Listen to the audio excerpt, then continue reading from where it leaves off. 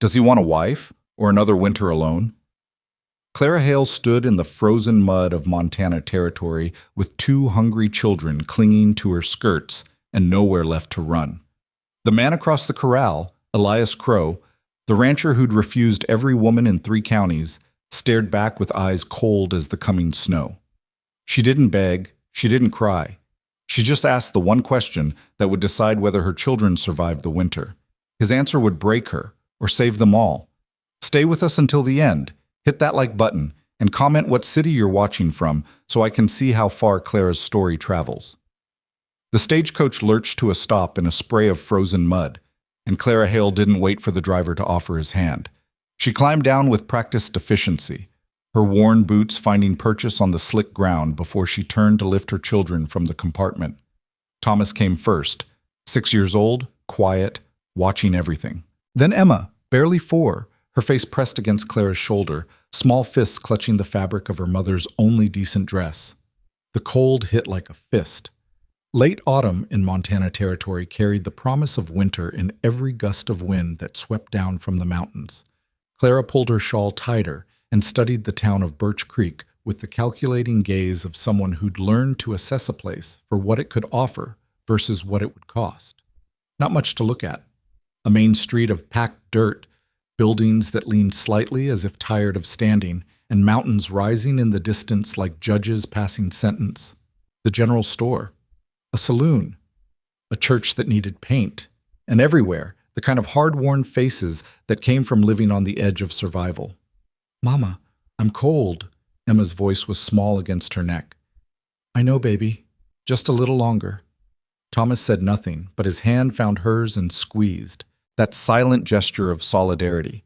That's what kept Clara upright when everything else wanted to drag her down. She'd spent the last of their money on those stagecoach tickets. 3 weeks of travel from Missouri, sleeping in stations, rationing food, watching her children's faces grow thinner. Running from a town that had decided a widow with debts wasn't welcome. Running toward nothing more than a rumor she'd heard from another woman. Montana needs people. Ranchers need help. Maybe there's a chance. Maybe it was all she had left. Clara spotted the general store and headed toward it, Thomas trailing at her side, Emma heavy in her arms. The proprietor, a woman with iron-gray hair and sharp eyes, looked up from her ledger. "Help you?" "I'm looking for work and boarding for myself and my children." The woman's gaze swept over them, taking inventory. Worn dress, patched boots, 2 thin children. "You got money?" "Not much." "Then I can't help you. Winter's coming. Boarding house doesn't extend credit." Clara had expected that. She'd heard versions of it in 4 towns already. "Is there anyone hiring, ranch work, housekeeping, anything?" The woman hesitated, and something that might have been sympathy flickered across her face. "Most ranches brought on their winter help weeks ago, and nobody wants—" She stopped, glanced at the children. "Nobody's looking right now. Nobody wants a woman with 2 mouths to feed." Clara heard what wasn't said. "There has to be someone."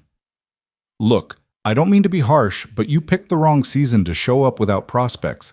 Best thing you can do is get back on that stagecoach and head somewhere with family." "I don't have family." The words fell flat in the quiet store. The woman's face softened further, but it didn't change the reality. "I'm sorry. I truly am. But I can't." The door opened, letting in a gust of wind and a tall man in a canvas coat. He moved with the economy of someone used to physical work, his boots leaving tracks of mud on the floorboards. Dark hair, beard trimmed close, eyes that took in the room and settled on Clara with an expression that gave nothing away. "Elias," the proprietor said, her tone shifting to something almost cautious. "Didn't expect to see you in town today." "Need supplies." His voice was low, rough with disuse. "Wire, nails, coffee." He moved past Clara toward the counter, and she felt his presence like a shift in air pressure, something solid and immovable. The proprietor began gathering his items, and Clara made a decision born of pure desperation. "Excuse me." He stopped, turned slightly. Up close, she could see the lines around his eyes, the weathering of someone who lived outside more than in. Maybe 40, maybe younger, hard to tell with men who worked the land. Are you hiring for winter? Silence. He looked at her properly then, and Clara forced herself to stand straight under that gaze, to not flinch or apologize for existing. No. One word, final as a door closing. I can work. I can cook, clean, mend, handle livestock. My children won't be trouble. We don't eat much, and... No! Emma squirmed in her arms, and Thomas pressed closer to her side. Clara felt the weight of their need, their hunger, their trust that she would somehow fix this. She'd promised them. In Missouri, when the landlord came for the rent she couldn't pay. On the stagecoach, when Thomas asked where they were going. Last night in the station, when Emma cried from hunger. She'd promised them it would be all right. Please. The word cost her pride, but pride didn't feed children. We have nowhere else. Something shifted in his expression, not softening exactly, but a kind of recognition, as if he'd heard himself in that admission of having nowhere left to turn. You're asking to stay at my ranch. I'm asking for a chance to work for shelter and food, nothing more. He was quiet long enough that Clara thought he'd refuse again. The proprietor watched with unconcealed curiosity, and Clara felt the humiliation of being a spectacle, of having her desperation witnessed by strangers. I don't run a charity, he said finally. I'm not asking for charity. I'm asking for employment.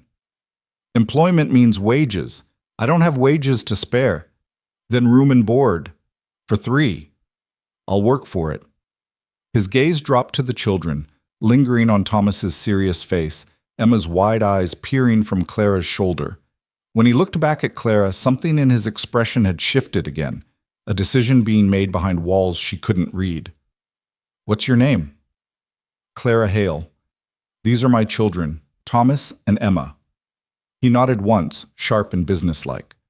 Elias Crow. My ranch is 6 miles north. Work starts before dawn, ends after dark. You do what needs doing, no complaints. Children stay out of the way. If it doesn't work, you leave come spring. Understood? Hope flared so sudden and fierce in Clara's chest that she had to fight to keep her voice steady. Understood. Be ready at first light. I'll have a wagon here. He paid for his supplies, lifted the crate with easy strength, and walked out without another word. The door closed behind him, and Clara stood in the sudden silence, trying to process what had just happened. Well, the proprietor said, her tone careful, that's unexpected. What do you mean? Elias Crow doesn't take on help, especially not... She stopped again. Not women, Clara finished. I've heard versions of that before, too. It's not like that. He's not cruel or improper, just private. Lost his wife years back. Runs that ranch alone, never asks for help, never offers it. Last woman who approached him about housekeeping, he sent her away before she finished asking. Clara absorbed this, tried to understand what had made him say yes when he apparently never did. Maybe it was the children. Maybe it was desperation recognizing itself. Maybe it didn't matter. Is there a place we can stay tonight? Until morning? The woman hesitated, then sighed. There's a room in back of the store. Not much, but it's warm. No charge, but just for tonight. Thank you. Don't thank me yet. Working for Elias Crow. I hope you know what you're getting into. Clara didn't, but she knew what she was running from, and that was enough. The room was small, barely more than a closet with a cot and a wash basin. Clara laid the children down together, Emma curled into Thomas's side, and covered them with both their coats and her shawl. They fell asleep quickly, exhausted from weeks of travel and uncertainty. Clara sat on the floor beside the cot, her back against the wall, and let herself feel the fear she'd been holding back. She'd gambled everything on a rumor and desperation, and now she was committed to working for a man she knew nothing about, on a ranch she'd never seen, with winter closing in and no way out if it went wrong. But her children were warm tonight. They'd have a roof tomorrow. And sometimes, when you had nothing, maybe was the same as hope. She closed her eyes and tried not to think about all the ways this could fail. Dawn came cold and gray, the kind of morning that promised harder weather ahead. Clara woke before light, washed their faces in the basin, and did what she could to make the children presentable, Thomas wore his serious expression like armor. Emma clung to Clara's hand, quiet and watchful. They waited outside the general store as the town woke around them. A wagon appeared at the end of the street, drawn by two heavy horses, Elias Crow on the seat with reins loose in his hands. He pulled up without ceremony. "Get in." Clara lifted Emma into the wagon bed, helped Thomas climb up, then pulled herself up beside them. The bed was clean but spare. Tools secured along one side, sacks of grain, coils of rope. The functional inventory of a working ranch. Elias didn't speak. He turned the wagon north and let the horses settle into a steady walk. Clara sat with her children pressed against her sides and watched Montana Territory unfold around them. The town fell away quickly. Open land stretched in every direction, broken by stands of pine and the occasional ranch house in the distance. The mountains rose ahead, their peaks already white with snow. The wind carried the smell of sage and cold earth. Emma pressed her face into Clara's arm. Thomas stared at the passing landscape with the concentration of someone trying to memorize escape routes. Clara understood the instinct. She'd spent years teaching them to always know the way out. The ranch appeared gradually. First the fence line, split rail marking boundaries, then pasture where cattle grazed, their breath steaming in the cold air. Then buildings, a barn, larger and better maintained than Clara expected, a chicken coop, a shed, and finally, the house. It was smaller than she'd pictured. Single-story, log construction, a porch that wrapped around the front. Smoke rose from the chimney, suggesting warmth inside. Everything looked functional, well-kept, built to last rather than impress. Elias stopped the wagon near the porch. "This is it." Clara climbed down, helped the children, and stood looking at what would be their home for the winter. Maybe longer, if she could prove herself useful enough to keep. "I'll show you the house. Then the barn. Work starts after that." He didn't wait for acknowledgement, just headed for the door. Clara followed, Thomas and Emma close behind, through the door and into warmth. The interior matched the exterior, functional, spare, clean. Main room with a stone fireplace, a table and chairs, a kitchen area with a cast iron stove. 2 doors leading off to what must be bedrooms. No decoration except a rifle mounted above the fireplace and a clock on the mantel. "Your room," Elias gestured to one of the doors. "Mine's there, don't go in it." Clara opened the door to a small room with 2 narrow beds, a washstand, and a trunk. Plain and cold, but private. More than she'd had in weeks. "Thank you." He nodded once. "Kitchen's stocked. You cook breakfast. I'll show you the rest." He left them there, his footsteps heavy on the floorboards, and Clara heard the door close behind him. She stood in the center of the main room with her children and felt the weight of what she'd just committed to. "Mama?" Thomas's voice was small. "Is this home now?" Clara looked at his serious face, at Emma clinging to his hand, and made herself sound certain. "For now, yes. I don't like him. You don't know him yet. He doesn't smile. Neither do you, most of the time." Thomas considered this, then nodded as if conceding the point. Emma just pressed closer, and Clara smoothed her daughter's hair back from her face. "Let's make breakfast. Show him we can work." Clara had learned to cook on a wood stove in Missouri, but this one was different, older, temperamental, requiring attention to keep the heat steady. She managed biscuits, salt pork, and coffee, setting everything out on the table as footsteps approached from outside. Elias came in with Thomas trailing behind him, the boy's face pink from cold.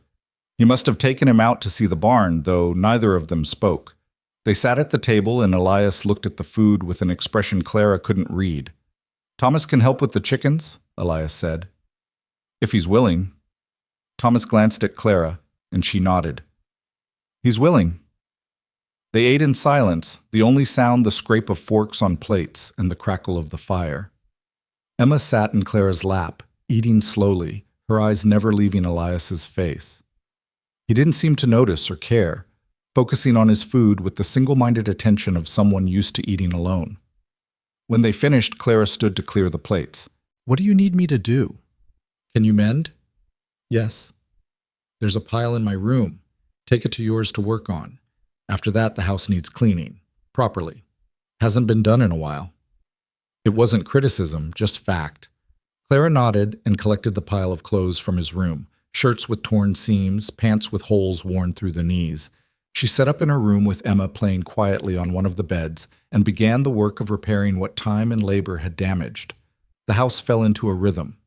Elias outside with Thomas, showing him how to scatter feed, collect eggs, check the henhouse for predators. Clara inside with Emma, mending and then scrubbing floors, washing windows, bringing order to spaces that had been purely functional for too long. When the light began to fail, Elias came back inside with Thomas. The boy looked exhausted but satisfied, and when Clara caught his eye, he gave her a small nod. All right, he was all right. Dinner in an hour, Clara said. Elias glanced at her, then at the cleaned floors, the organized kitchen, the mended clothes folded on the table. He said nothing, but something in his posture eased slightly. Fine, chum. The days fell into patterns. Elias woke before dawn, started the fire, put coffee on. Clara rose when she heard him moving, dressed quickly, and began breakfast. Thomas ate with them in the early morning dark, then followed Elias outside to do whatever needed doing, feeding livestock, checking fences, hauling wood.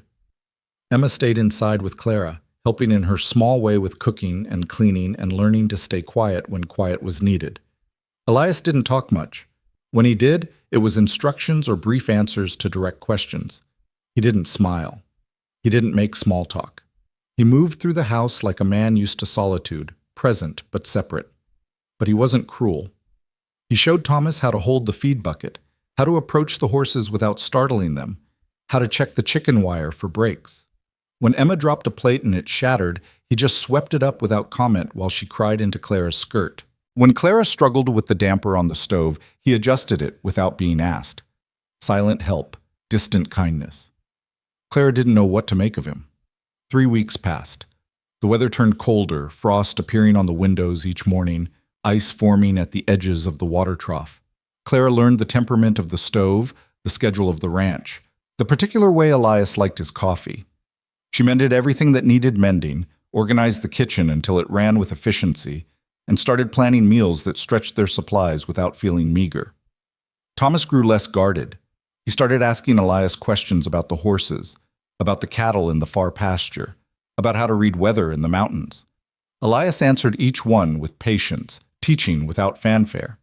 Emma started leaving her mother's side, venturing into the main room to watch Elias work on tools or read the few books on his shelf. He'd glance at her occasionally, and once, Clara saw him move a hot pot to a higher shelf when Emma got too close. They were settling, surviving, almost something like belonging. Then one morning, a month after they'd arrived, Clara came into the kitchen before dawn and found Elias already at the table, his hands wrapped around a mug of coffee, staring at nothing. "Couldn't sleep?" she asked quietly. He looked up, and in the dim light from the dying fire, she saw something in his face she hadn't seen before. Not quite vulnerability, but a crack in the wall. "Winter's coming hard. Next few weeks will tell if we make it through." Clara poured herself coffee and sat across from him. The intimacy of the moment, two people awake in the dark while the world slept, made her bold. "Why did you say yes?" "That day in town, you don't hire help. Everyone says so." He was quiet long enough that she thought he wouldn't answer. Then, "You reminded me of someone." "Your wife?" "No." He took a drink, his gaze distant. "Myself, 10 years ago. Standing in town with nothing, asking someone for a chance." "Someone gave it to you?" "An old rancher named Boone. Hired me on even though I didn't know anything about cattle or land. Taught me everything. Left me this place when he died." Clara absorbed this, understanding settling into place. "So you paid it forward?" "Something like that." He looked at her directly then, his dark eyes searching. "You keep up your end. Work hard. Don't ask for more than was offered." "I will. Then we'll make it through." It wasn't quite a promise, but it was more than he'd given before. Clara took it as what it was, acknowledgement that this arrangement might last beyond winter, that they might have found something more than temporary shelter. The door to Thomas's room opened, and the boy appeared, rubbing sleep from his eyes. The moment between Clara and Elias broke, and they both stood to begin the day. But something had shifted. Some invisible line had been crossed. Clara made breakfast, and Elias drank his coffee, and Thomas sat between them, looking more like he belonged there than he had a right to. Winter was coming. But for the first time in longer than Clara could remember, she thought they might actually survive it. Snow came early and heavy, the mountains disappeared behind white curtains, and the wind howled down from higher elevations, rattling windows and seeking every crack in the house's defenses. Elias spent days securing the barn, reinforcing fences, bringing the cattle closer to shelter. Clara kept the house warm, the stove fed, meals ready at irregular hours when Elias came in from outside work. She learned to anticipate needs before they were spoken. Coffee ready when he staggered in half-frozen, dry clothes laid out by the fire, hot water for washing. Thomas became Elias's shadow, following him through storms, learning to read animal behavior and weather signs. The boy who'd been so quiet, so careful, started to show glimpses of something else. Confidence, purpose, the beginnings of trust. Emma bloomed in the warmth and routine. She learned to set the table, to help with simple cooking tasks, to entertain herself with the few toys Elias had carved from scrap wood, animals and simple figures that she lined up in careful rows and gave voices to in her play. They became a unit. Not a family, Clara didn't let herself think that word, but something functional, something that worked. And then came the night that changed everything. Clara woke to wind screaming against the house and the sound of someone moving in the main room. She rose quickly, pulled a shawl around her shoulders, and stepped out to find Elias standing at the window, fully dressed, staring out at the storm. "What's wrong?" "Fence is down in the north pasture. Cattle are exposed." "In this?"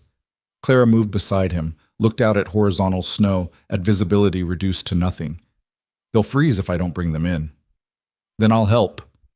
He turned to her, surprise breaking through his usual reserve. "You don't know the land."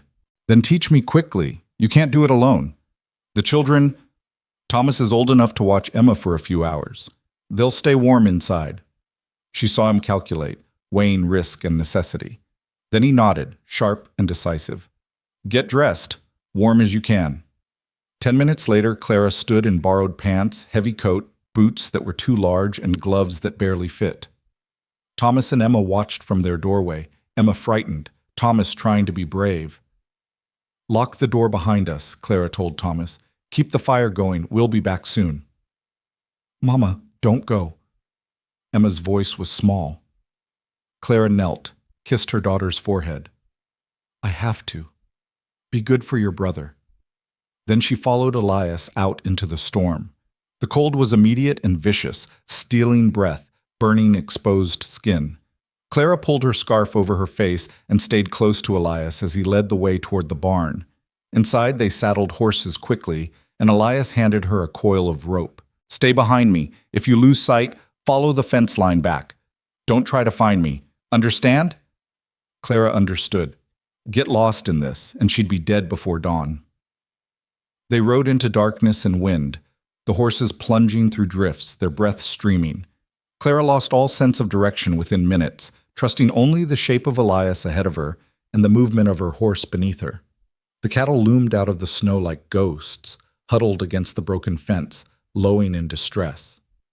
Elias dismounted and began working the fence, trying to repair enough to turn them, and Clara slid down to help. Her hands went numb within minutes. The wind tore at her clothes, found every gap, turned her core cold. She held boards while Elias hammered, passed him wire, helped shove cattle back from the broken section. It took an hour, maybe more. Time stopped meaning anything except the next task, the next moment of not giving up. When the fence held and the cattle moved toward shelter, Elias turned to her. She couldn't see his expression in the dark and snow, but she felt his hand on her arm, checking, making sure she was still there. They rode back together, and when they reached the barn, Clara's legs gave out as she tried to dismount. Elias caught her, held her upright long enough for feeling to return. "Can you walk?" "Yes." Inside the house, Thomas had kept the fire blazing. Emma was asleep on the rug, wrapped in both their blankets. Elias locked the door behind them while Clara stripped off wet layers with clumsy, frozen fingers. "Sit by the fire. I'll make coffee." Clara sat, and Thomas came to lean against her side. "You came back." "Of course we did." "Emma said you wouldn't, that the storm would take you." Clara wrapped her arm around him, held him close. It would take more than a storm. Elias brought coffee, and Clara wrapped her hands around the mug, letting heat seep back into her bones. He sat across from her, his face drawn with exhaustion, and for the first time since she'd met him, something like respect showed in his eyes. You didn't quit. You needed help. Most people would have stayed inside. I'm not most people. He nodded slowly, as if confirming something he'd suspected. No, you're not. They sat in the firelight and drank coffee while the storm raged outside, and Clara felt something shift between them again. Not words, not promises, just recognition. That they'd stood together against something that could have killed them, and neither had broken. When Thomas finally fell asleep against her side, Elias stood. Get some rest, tomorrow will be hard. Every day is hard. True. He paused at his doorway. Thank you for tonight. Clara looked up at him, at this silent man who'd given her family shelter when they had nothing. Thank you for letting us stay. He nodded once and disappeared into his room. Clara carried Thomas to bed, tucked Emma in beside him, and lay down fully dressed, too tired to do more. Outside, winter howled. Inside, warmth held.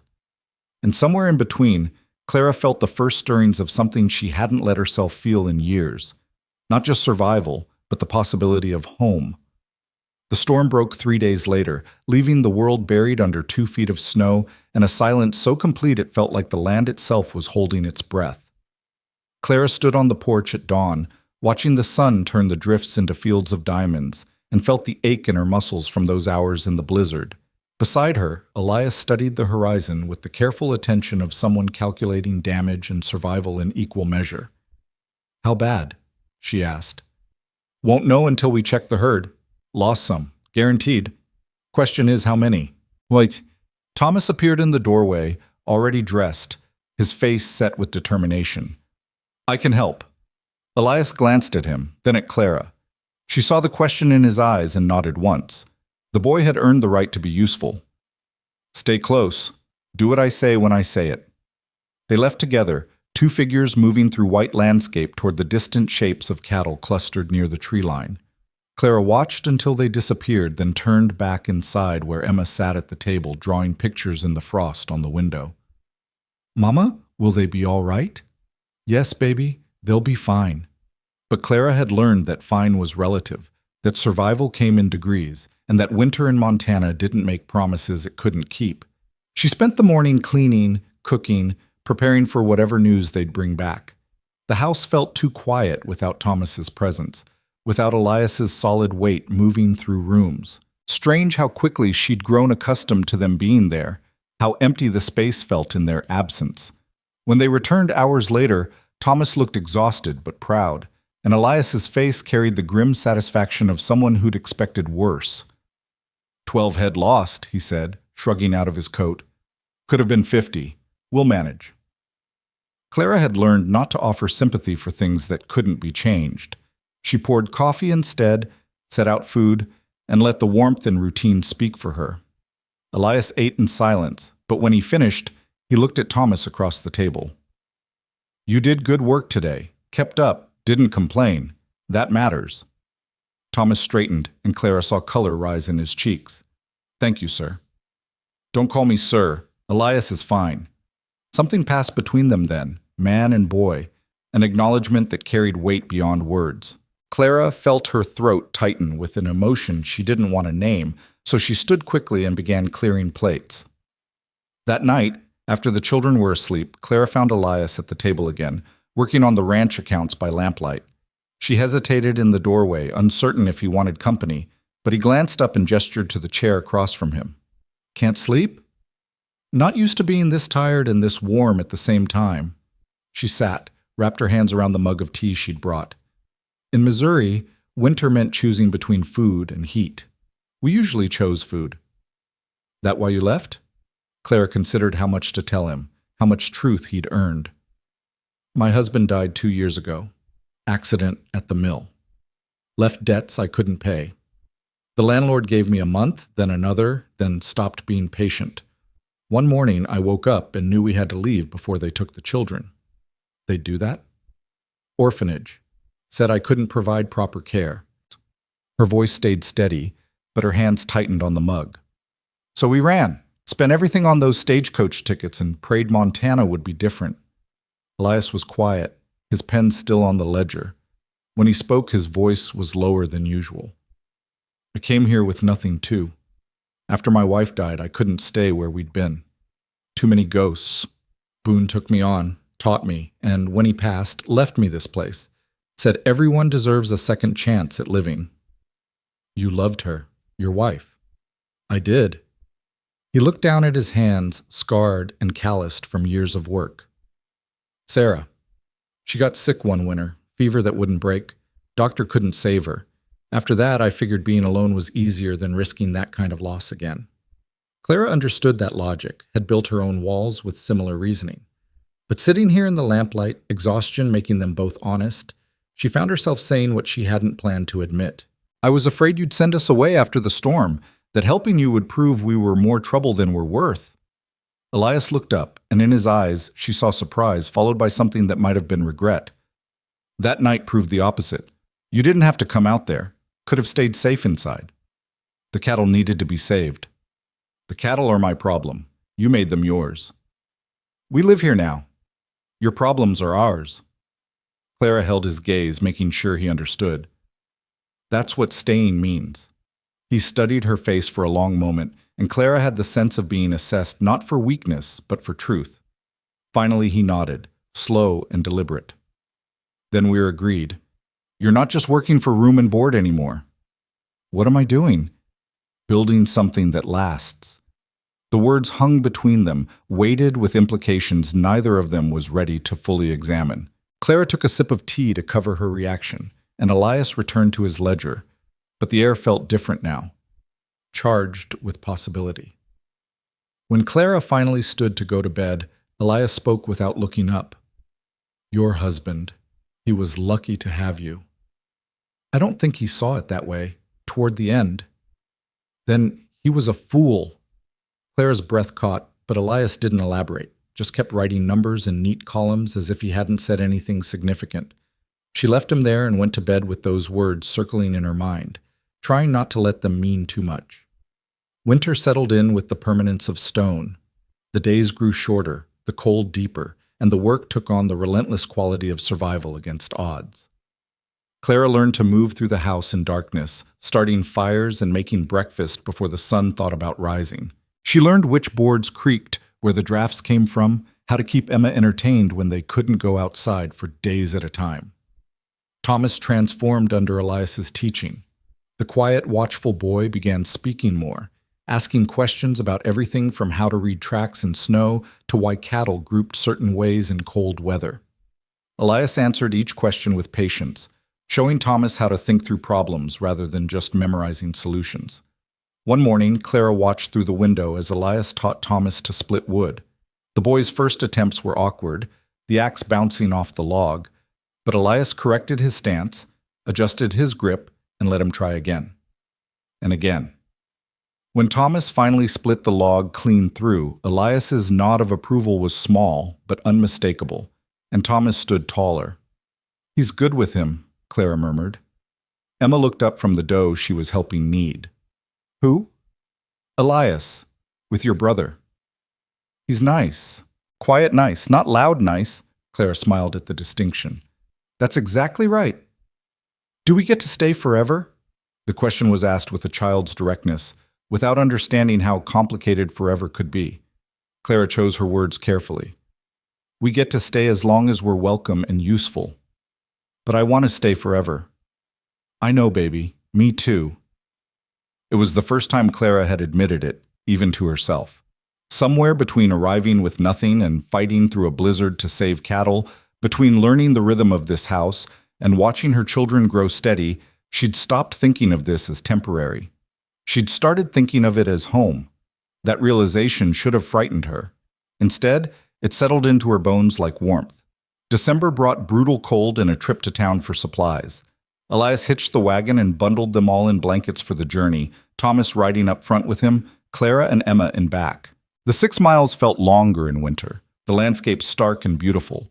the snow so bright it hurt to look at directly.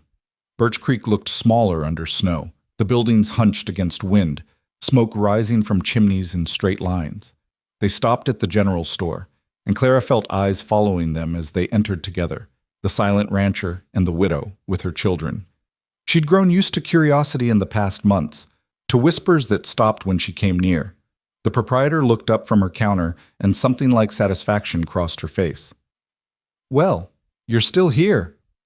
"We are," Clara said evenly. "Heard you helped with the cattle during that big storm. That true?" "It is." The woman's expression softened into something approaching respect. "That's not easy work, especially for someone who didn't grow up to it."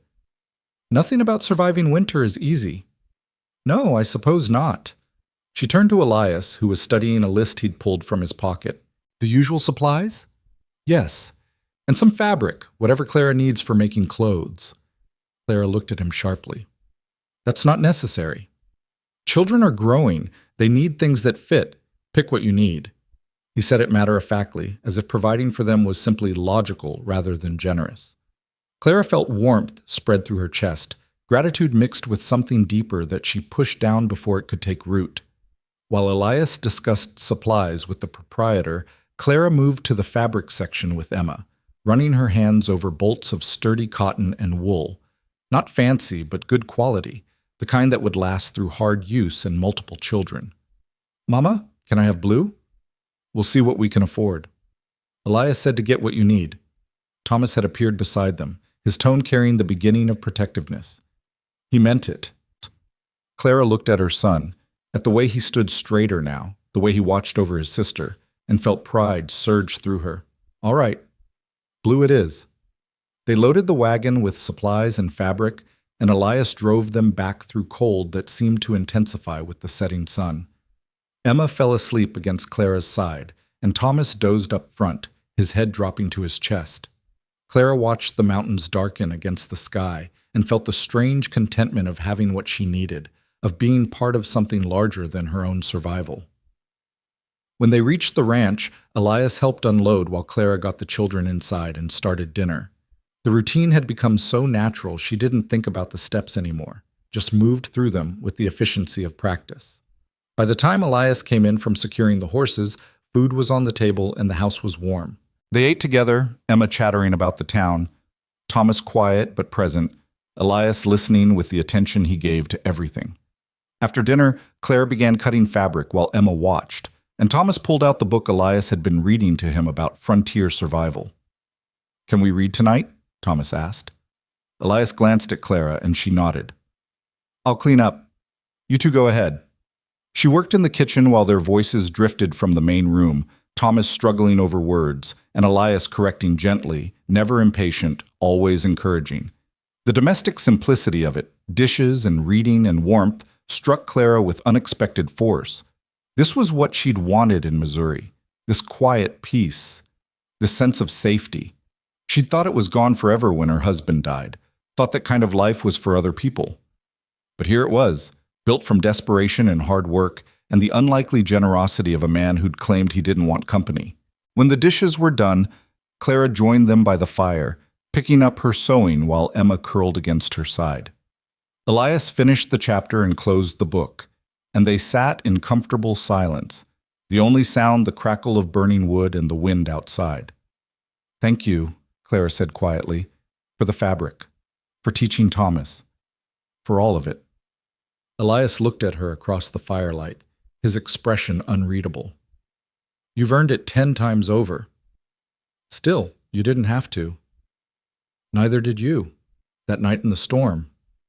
They held each other's gaze, and Clara felt the weight of unspoken things pressing between them. Not just gratitude, not just respect, something more complicated that neither of them knew how to name or navigate. Emma's breathing deepened into sleep, and Thomas's eyes drooped. The moment stretched, fragile and significant, until Elias stood abruptly.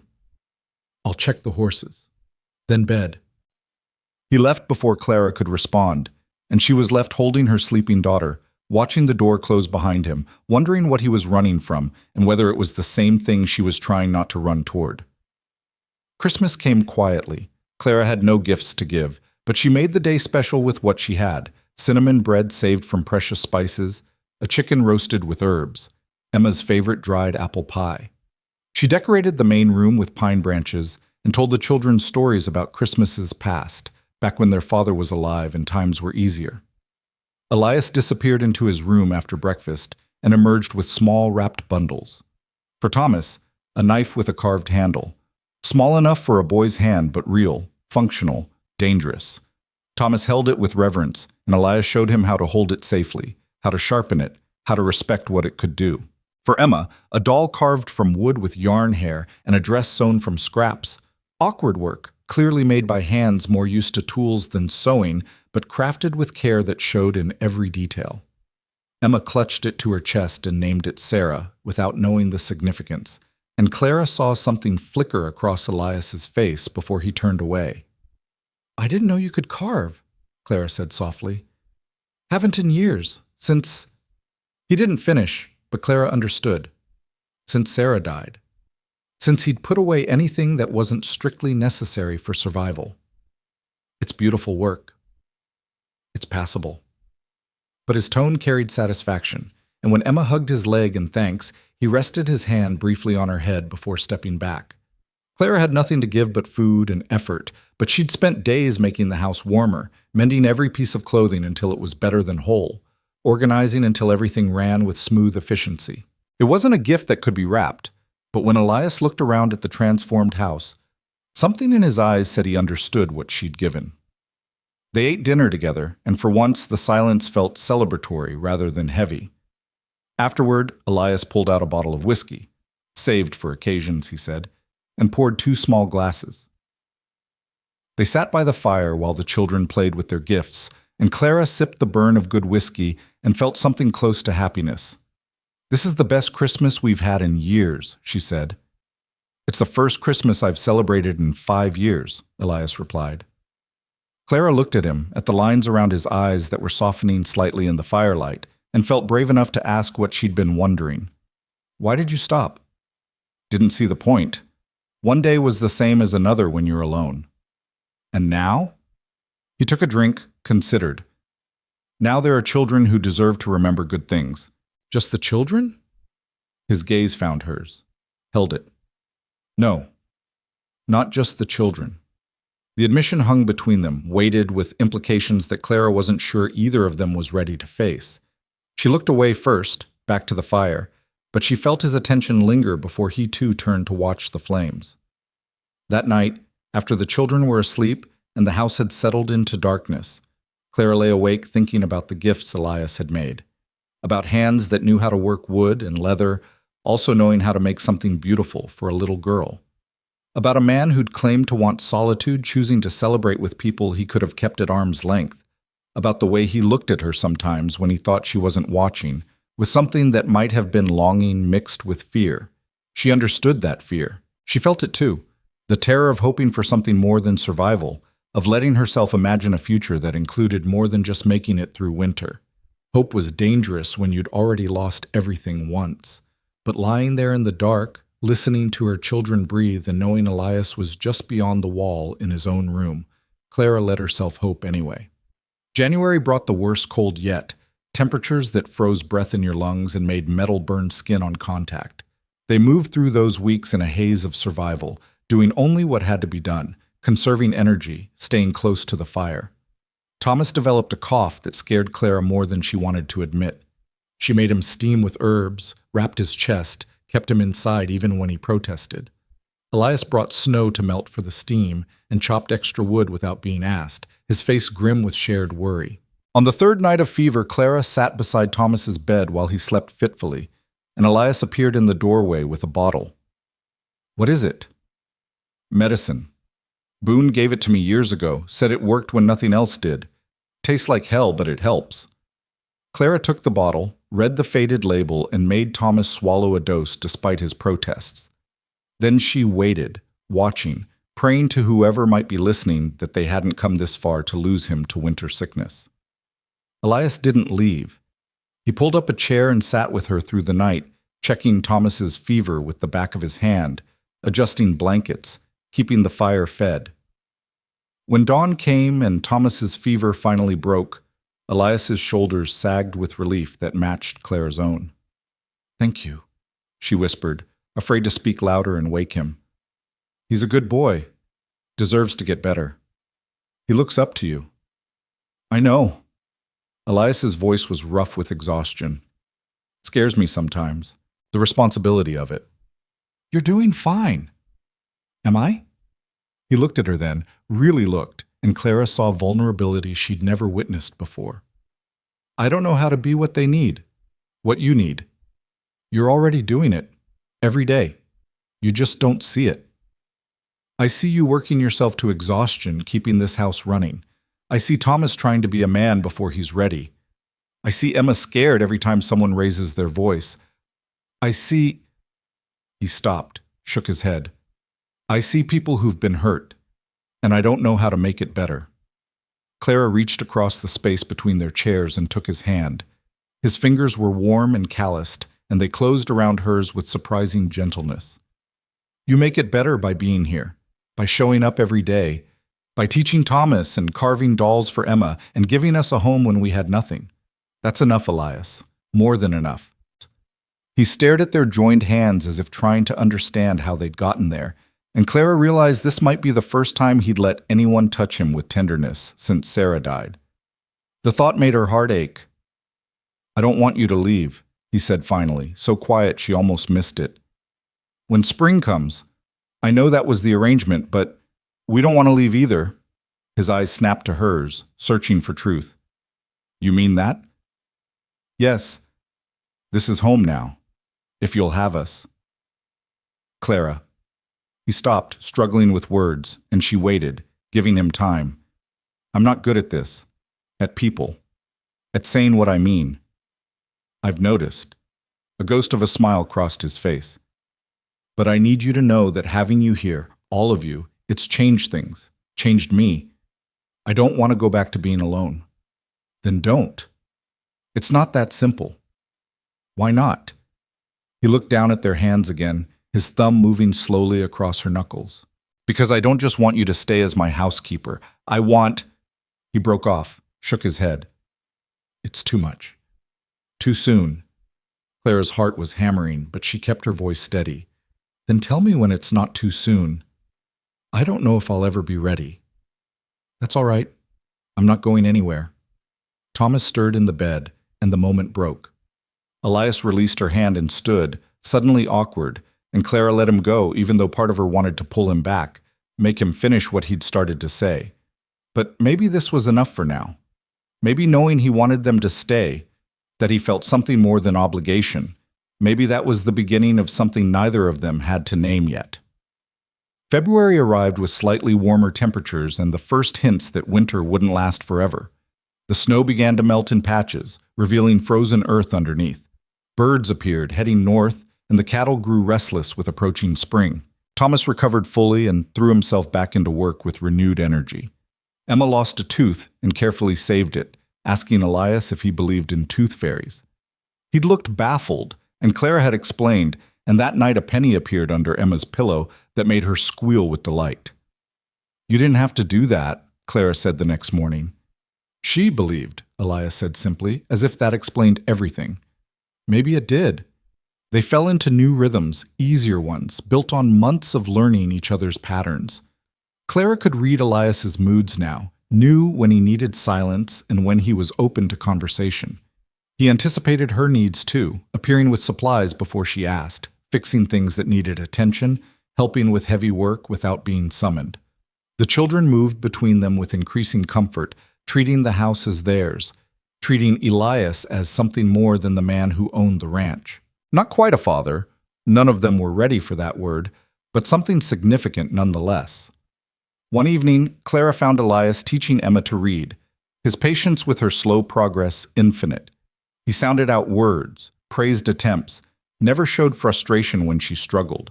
Watching them bent over the book together, dark head and light, Clara felt something shift in her chest. This was what family looked like. Not perfect or traditional, but real. Built from need and work and slow-growing trust. That night, after the children were asleep, Clara stepped out onto the porch for air and found Elias already there, leaning against the rail, staring at stars scattered across black sky. "Can't sleep?" she asked.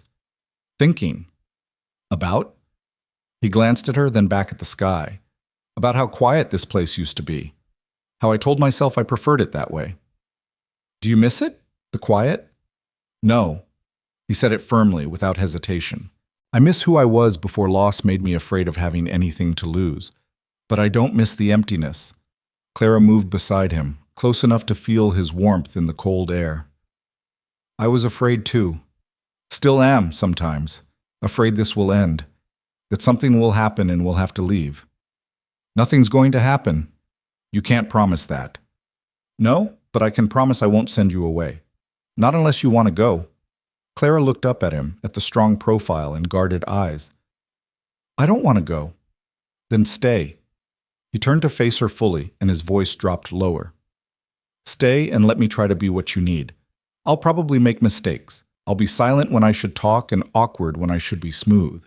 But I'll show up every day, and I'll never stop trying." "Elias, let me finish." He took a breath, steadying himself. "I'm asking you to stay not as someone who works for me, but as someone who belongs here. With me. If you're willing." Clara felt tears burn her eyes, but didn't let them fall. "Are you asking what I think you're asking? I'm asking if you'd consider, eventually, when you're ready, making this permanent, legal, building something real. You want to marry me? Yes. Simple, direct, unmistakable. Not now, not until you're sure. But yes, that's what I want." Clara reached up and touched his face, felt the scratch of beard, the warmth of skin, the slight tremor that said this moment mattered to him as much as it did to her.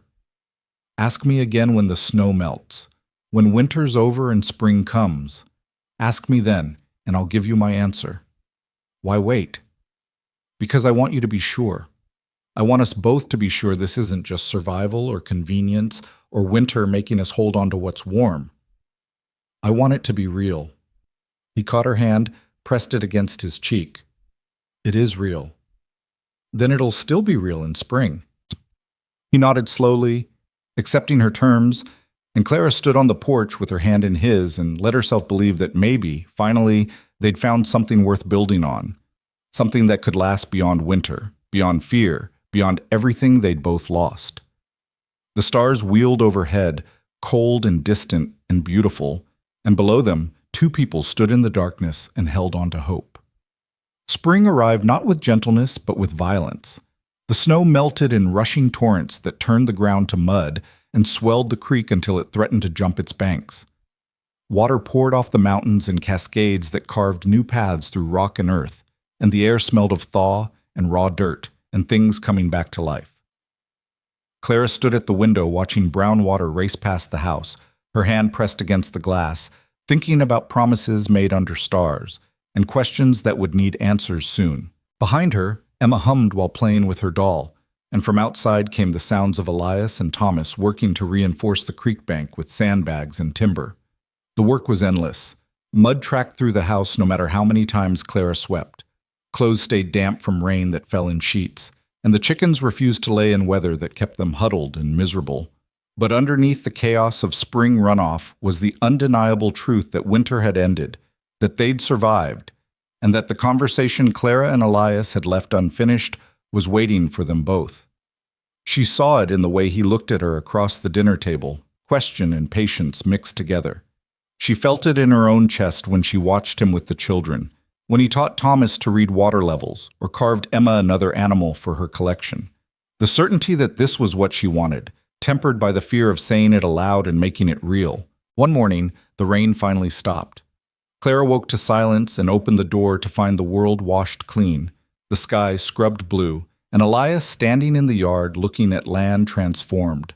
Mud everywhere, but also the first hints of green pushing through, the promise of grass and growth and life returning. "It's over," he said when she joined him, "the worst of it. Until next year." "Until next year," he agreed and smiled slightly. "But we made it through this one." Thomas burst from the house, Emma right behind him, both of them yelling about puddles and sunshine and freedom from being trapped indoors. They ran toward the barn, splashing through mud without care, and Clara felt something loosen in her chest watching them. "They're happy here," Elias said quietly. "They are. And you?" Clara turned to face him, saw the vulnerability he was trying to hide behind his usual reserve, and decided that fear had controlled her choices long enough. "I'm happy. Happier than I've been in years. Maybe ever." "Clara, wait." She held up her hand, steadying her own nerve. "You asked me to give you an answer when spring came, when I was sure." He went very still, and Clara could see the tension in his shoulders, the way his hands curled into fists at his sides as if bracing for rejection. "I'm sure," she said simply. "I've been sure for weeks, maybe months. I was just afraid to admit it, because admitting it means risking everything again." "You don't have to risk anything. I told you. I know what you told me. But loving someone is always a risk, Elias, always. You know that better than anyone." He flinched slightly at the word love, but didn't deny it. "I do know. I also know that being alone is worse than being afraid." "So you're still asking, even knowing I come with complications and children and a past I can't erase?" "I'm asking because of those things, not despite them." He took a step closer, his voice dropping lower. "I'm asking because Thomas needs a father who'll teach him and believe in him. Because Emma needs someone who'll carve her toys and check for pennies under her pillow. Because I need—" He stopped, swallowed hard. "Because I need you, Clara. Your strength and your stubbornness and the way you make this house feel like home. So yes, I'm still asking." Clara felt tears threaten but kept her voice steady. "Then yes. My answer is yes." The relief that washed over his face was so profound it made her heart ache. He reached for her hands, held them between his own, and for a long moment they just stood there in the muddy yard with sunshine breaking through clouds and children's laughter echoing from the barn. "I'll try to make you happy," he said finally. "You already do, every day. I'll still probably fail at it sometimes. Then I'll remind you that you're doing better than you think." She squeezed his hands. "We'll figure it out as we go." He pulled her closer, slowly, giving her time to pull back if she wanted. When she didn't, he wrapped his arms around her and held her against his chest, his chin resting on top of her head, and Clara felt the steady beat of his heart through layers of cloth and skin. This was trust. This was safety. This was choosing each other despite fear and loss and all the ways the world could hurt them. When Thomas and Emma came running back, breathless and covered in mud, they stopped short at the sight of their mother in Elias's embrace. Emma's eyes went wide, and Thomas's expression cycled through confusion to understanding to something that might have been hope. "Are you getting married?" Emma asked with a child's directness. Elias looked down at Clara, question in his eyes, and she nodded permission. "Yes," he told Emma, "if that's all right with you." Emma squealed and launched herself at them both, wrapping her arms around their legs, and Thomas approached more slowly, but with a smile breaking across his face. "Does that mean we really get to stay?" he asked. "Forever," Clara told him. "This is home now, permanent." Thomas's smile widened, and then he did something Clara hadn't seen him do in years. He laughed, pure and unguarded, the sound of a child who finally felt secure enough to be happy.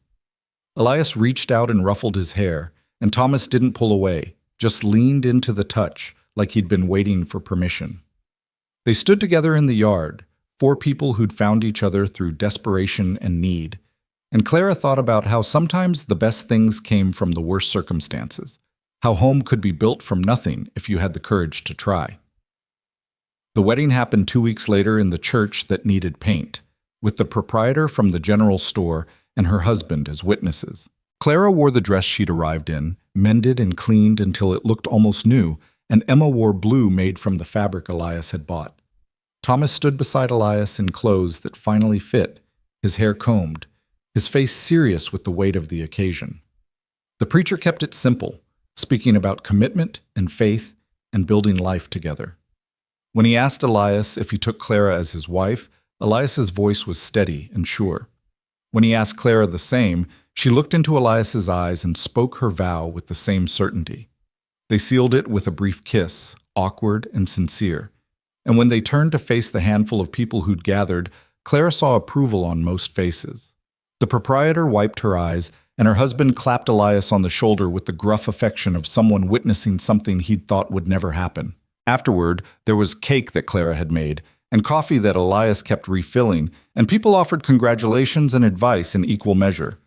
Thomas stayed close to Elias's side, and Emma held Clara's hand, and when an older woman asked Thomas if he was happy about his mother remarrying, he answered with simple honesty. "He's a good man. He takes care of us." It was the highest praise a child could give, and Clara saw Elias hear it, saw the way his shoulders straightened with quiet pride. They rode home in the wagon as the sun set, painting the mountains gold and purple, and Clara sat beside her husband, still strange to think it, while the children dozed in the back. The land stretched around them, familiar now, marked with their work and sweat and survival. "Nervous?" Elias asked quietly. "A little," Clara admitted. "Are you?" "Yes." He glanced at her, and in the fading light his eyes were soft. "I want to do this right. All of it. The marriage, the children, building something that lasts. Then we'll do it together. That's what marriage means." "I know, but I spent so long alone, Clara. I'm not sure I remember how to be any other way." "You've been doing it for months already. You just didn't call it marriage before." She leaned against his shoulder, feeling the solid warmth of him. "Nothing has to change except the name for what we already are." He considered this, then nodded slowly. "You're right. We've been a family for a while now. This just makes it official." When they reached the ranch, Thomas and Emma woke and stumbled inside to bed, too tired for anything except sleep. Clara tucked them in while Elias tended the horses, and when she came back to the main room, he was standing by the fireplace, looking uncertain. "I can sleep in the barn tonight," he offered, "if you need time to adjust." Clara walked to him, placed her hands on his chest, and looked up into his weathered face. "We've survived blizzards and sickness and every hardship winter could throw at us. I'm not afraid of sharing a room with you."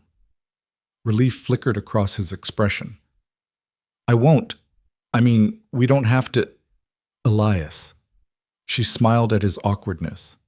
"We'll figure it out, like everything else." He kissed her then, properly this time, without an audience or performance. Just the two of them in firelight, learning each other, making promises with touch that words couldn't quite capture. When they finally pulled apart, Clara felt steadier than she had in years. They went to bed together in what had been Elias's room and was now theirs, and lay in the darkness listening to the house settle around them. Elias kept space between them, respectful of boundaries, but Clara reached across that space and found his hand. "Thank you," she said softly, "for saying yes that day in town, for giving us a chance." His fingers tightened around hers. "Thank you for staying, for not running when things got hard. I told you I'm not most people." "No," he agreed, and she heard the smile in his voice. "You're definitely not." They fell asleep like that, hands joined, and Clara dreamed of spring planting and children's laughter, and a future that stretched out with possibility instead of fear. The weeks that followed brought the relentless work of spring on a ranch, planting, fencing, moving cattle to fresh pasture, repairing everything winter had damaged. But now Clara worked as a partner rather than hired help, making decisions alongside Elias, planning for seasons ahead with input that mattered. Thomas threw himself into the work with new enthusiasm, no longer just helping, but learning with the focus of someone who understood this would be his responsibility someday. Elias taught him about crop rotation and soil quality, about reading weather and managing resources, treating him like an apprentice rather than a child. One afternoon, Clara watched them work together on a section of fence, their heads bent close as Elias explained something about post depth and stability. Thomas listened with complete attention, asked questions, repeated back what he'd learned. The connection between them had deepened into something that looked remarkably like father and son, even if neither of them used those words yet. Emma bloomed in the warmth and security. She started speaking more, her vocabulary expanding daily, and she followed Clara everywhere, learning to cook and clean and manage a household. But she also ran wild outside, climbing trees and chasing chickens and getting into the kind of mischief that came from feeling safe enough to be reckless. One evening, Clara found Emma in the barn, talking to the horses, telling them elaborate stories about princesses and dragons, and her heart squeezed with love for this fierce little girl who'd learned to trust again. The ranch took shape under their combined efforts. The garden produced more than Clara expected. The chickens laid steadily, and the cattle prospered on spring grass. They weren't rich by any measure, but they had enough. And enough felt like abundance compared to where they'd started. Clara kept the books now, managing accounts with the same efficiency she brought to everything else. She discovered she had a head for numbers and planning, and Elias relied on her judgment for decisions about spending and saving. They'd become true partners, their strengths complementing each other, their weaknesses covered by the other's capabilities. But it wasn't all smooth progress. They had their first real fight in June, over something small that spiraled into something larger. Elias had made a decision about selling cattle without consulting Clara, and she'd confronted him about being excluded from the choice. "I just handled it," he said, defensive, "like I always have." "But you're not alone anymore. These decisions affect all of us." "I know that." "Do you? Because you still act like this ranch is only yours sometimes." His jaw tightened. "I built this place from nothing. Forgive me if I forget to ask permission for everything."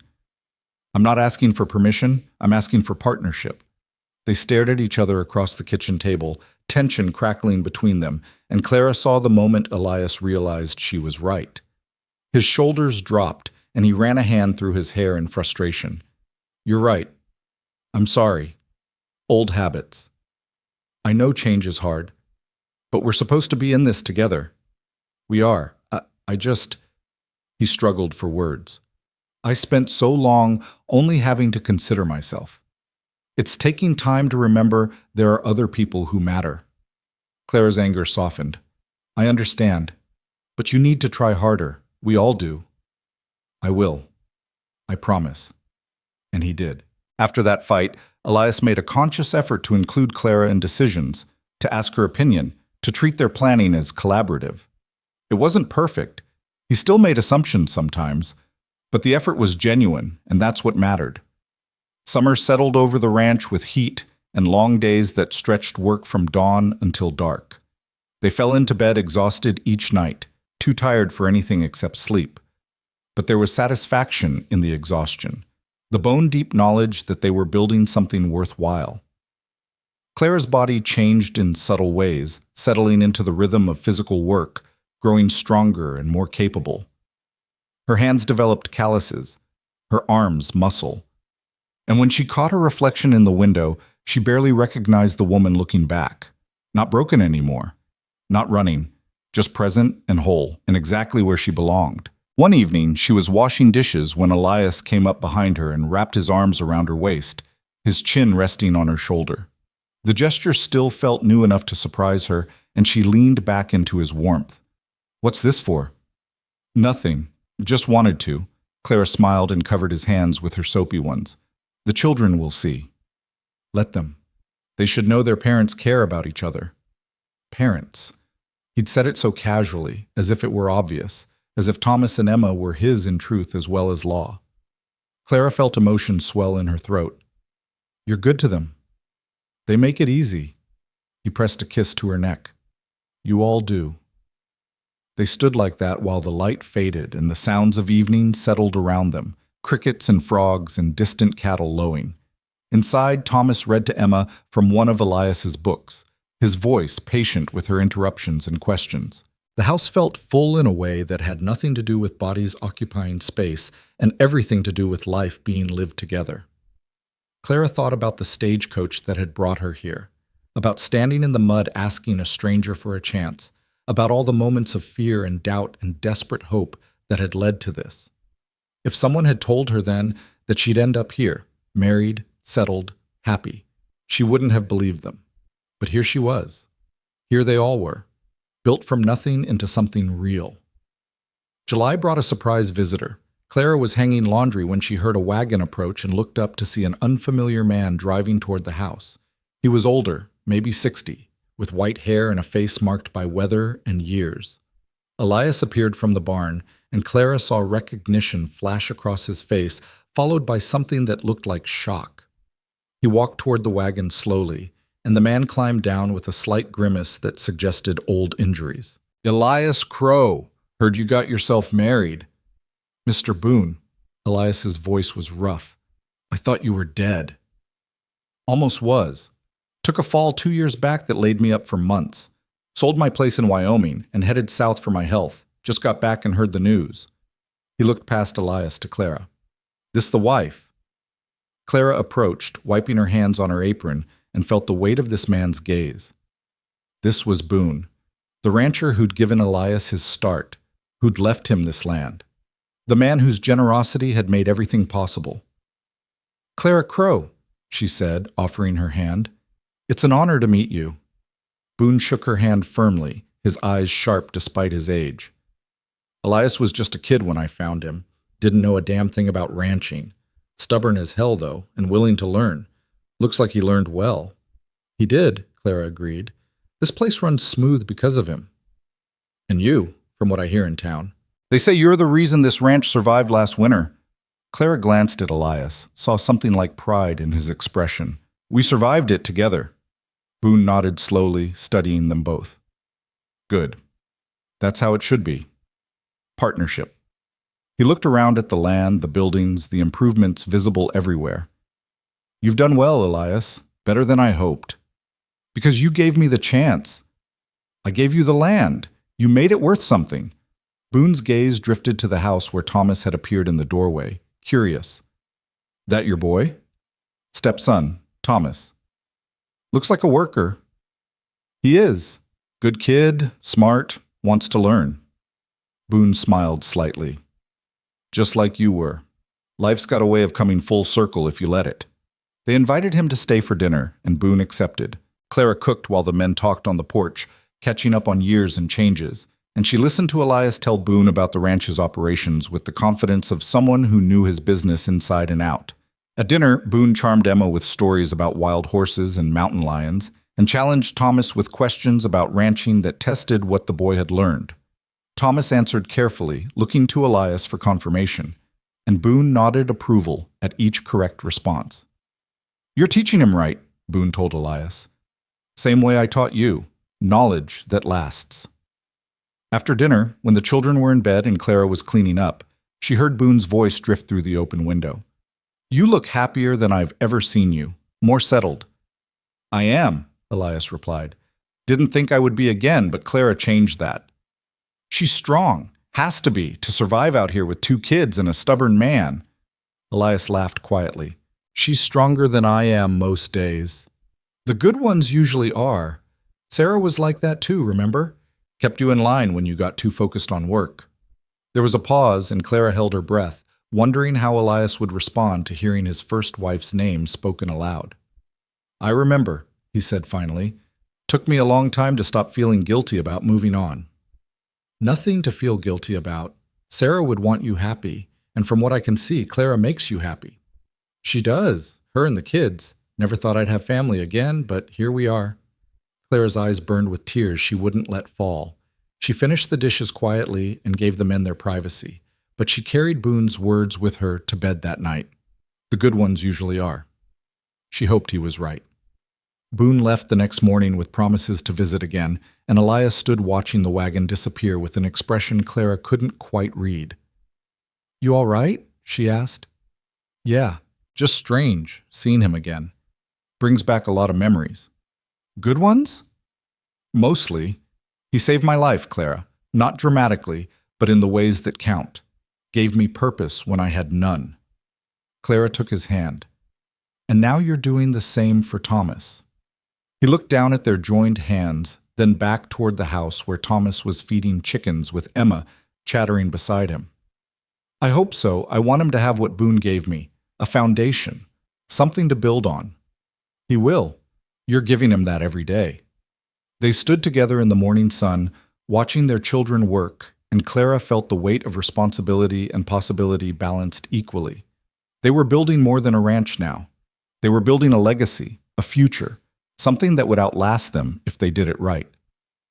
August brought harvest time and the hardest work of the year. Long days in the sun, bringing in hay and grain, preserving vegetables, preparing for the winter that would come again, whether they were ready or not. Clara worked alongside Elias in the fields, Thomas driving the wagon while Emma watched from the shade, and by the end of each day they were all too exhausted to do more than eat and collapse. But there was joy in the work too. In seeing the results of spring's planting, in knowing their stores were full, in the simple satisfaction of labor that produced tangible results. They were good at this now, at working together, at anticipating each other's needs and compensating for each other's weaknesses. One night, Clara woke to find Elias's side of the bed empty. She rose and found him on the porch, staring at stars scattered across black sky like spilled salt. "Can't sleep?" He glanced at her, then back at the sky. "Just thinking." About? About how a year ago I was alone. About how much can change in one winter. Clara sat beside him on the porch step, close enough that their shoulders touched. "Are you glad? For the changes?" "Yes," he said it without hesitation. "Even on the hard days, even when I'm exhausted or frustrated or not sure I'm doing things right, yes, I'm glad." "Me too." They sat in comfortable silence, and Clara thought about the question he'd asked her in spring, about the promises they'd made, about all the ways they'd grown into being not just husband and wife, but true partners. "I love you," she said quietly. "I don't think I've said it out loud yet, but I do." Elias went still, and when he turned to face her, his eyes caught starlight. "I love you too. Have for a while now. Just didn't know how to say it. You say it every day without words. And how you treat the children, how you include me in decisions, how you look at me sometimes when you think I'm not watching. How do I look at you? Like you can't quite believe I'm real." He reached up and touched her face, his thumb brushing across her cheekbone. "Sometimes I can't. Sometimes I wake up and think I'm going to find the house empty, that it was all a dream. Not a dream. Real and solid and here to stay." He kissed her then, soft and deep, and Clara felt the truth of their connection in the way they fit together, in the way his arms came around her like shelter, in the way she trusted him completely, with her heart and her future and her children's lives. When they finally pulled apart, Elias rested his forehead against hers. "Thank you for taking a chance on a silent rancher who didn't know what he was missing. Thank you for saying yes to a desperate widow with 2 kids and nothing to offer. You offered everything that mattered. You just didn't know it yet." They sat together under the stars until cold drove them back inside, back to bed, back to the life they were building one day at a time. And as Clara drifted toward sleep with Elias's arm around her waist and his breath warm against her neck, she thought about choices and chances and how sometimes the best things came from the bravest moments. She'd been brave that day in town, brave enough to ask a stranger for help, brave enough to work for survival, brave enough to hope for more than just getting through winter. And Elias had been brave too, brave enough to say yes when every instinct probably told him to protect himself from risk and loss. Their bravery had built this home, this family, this love that felt both hard-won and inevitable. And whatever came next, more winters, more challenges, more moments that tested their strength, Clara knew they'd face it together, not alone, never alone again. That was worth everything. September arrived with crisp mornings and the first hint of gold in the aspen leaves. Clara stood at the stove making breakfast when a wave of nausea rolled through her so sudden and fierce she had to grip the counter for balance. She breathed through it, waiting for the feeling to pass. And when it did, she straightened slowly and tried to remember the last time she'd had her monthly courses. 6 weeks. Maybe 7. Her hands went to her stomach, flat still beneath her apron, and she felt something between terror and wonder settle into her bones. She'd suspected for days, but hadn't let herself believe it. Now, with her body confirming what her mind had been trying to deny, Clara had to face the reality that everything was about to change again. Elias came in from the barn with Thomas, both of them talking about a fence section that needed attention, and Clara forced herself to act normal even as her thoughts spun in circles. Not yet. She needed to be certain before she told him, needed to understand her own feelings before she tried to navigate his. The nausea came again the next morning and the morning after that. Clara managed to hide it, rising before everyone else to be sick in private, recovering in time to start breakfast. But on the fourth morning, Elias woke when she slipped from bed and followed her, finding her bent over the wash basin, breathing hard. "Clara?" His voice carried concern and confusion in equal measure. "What's wrong? Are you sick?" She wiped her mouth, rinsed, and turned to face him in the gray pre-dawn light. There was no point lying, and she'd never been good at it anyway. "Not sick. Pregnant." He stared at her, the words seeming to take time to penetrate, and Clara watched emotions flicker across his face too quickly to name. Shock, certainly. Fear, probably. But underneath it all, something that might have been hope. "You're sure?" "As sure as I can be without a doctor. All the signs are there." Elias sat heavily on the edge of the bed, his hands hanging between his knees, his gaze distant. Clara waited, giving him time to process, her own heart hammering with uncertainty about how he'd receive this news. "I didn't think," he said finally. "I mean, I knew it was possible, but I didn't let myself think about it actually happening." "Are you angry?" His head snapped up. "No, why would I be angry?" "Because it complicates things. Because we're just getting settled. Because—" "Clara." He stood and crossed to her, taking her hands in his. "I'm not angry. Surprised, yes. Maybe scared. But not angry." "Scared of what?" He looked down at their joined hands, his thumbs moving slowly across her knuckles. "Of failing. Of not being what a child needs. I never thought I'd have this chance again after Sarah died, and now that it's here, I'm terrified of doing it wrong." Clara felt some of her own fear ease, recognizing his vulnerability as courage. "You won't fail.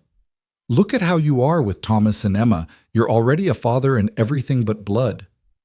"That's different. They came to me older, with personalities already formed. A baby." He stopped, shook his head. "A baby needs things I don't know how to give. Then we'll learn together, like everything else." He pulled her against his chest, his arms coming around her with careful gentleness, as if she were suddenly fragile. Clara let herself be held, breathing in the familiar scent of him, leather and sage and coffee, and felt the terror in her own chest begin to settle into something more manageable. "When?" he asked against her hair. "Spring, probably. April or May. Another spring. Another beginning." Clara heard the weight of memory in his voice and understood. Sarah had died in winter. This child would come in spring, in the season of renewal and growth.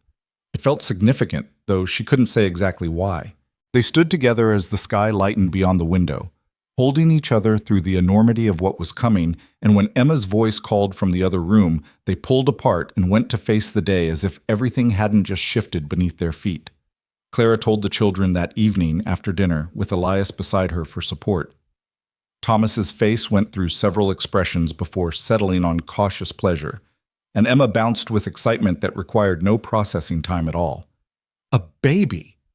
Emma's voice was pure delight. "A real baby that I can help take care of?" "Yes," Clara said, smiling at her daughter's enthusiasm. "But it won't be here until spring, so we have time to prepare." Thomas was quieter, his serious face thoughtful. "Will things change when the baby comes?" Clara understood the real question beneath the words. "Will you still want us? Will we still matter?" She reached across the table and took his hand. "Things will change, yes. Babies need a lot of attention. But nothing will change about how we feel about you and Emma. You're our children, Thomas. That doesn't stop being true just because there's another baby." He nodded slowly, and some of the tension left his shoulders. "Can I help when the baby comes?" Elias spoke for the first time since they'd announced the news. "We'll need your help, both of you. Taking care of a baby is work for the whole family." Thomas sat straighter at being included, at having his help requested rather than just tolerated, and Clara felt love surge through her for this man who understood what a boy needed to hear. That night, lying in bed with Elias's hand resting on her still flat stomach, Clara let herself think about what was coming. The work and sleeplessness and worry that came with infants, but also the joy of watching Elias hold his own child, of seeing Thomas and Emma become older siblings, of adding another life to this family they'd built from nothing. "Scared?" Elias asked quietly. terrified. Me too. But also happy? His hand moved in slow circles on her stomach.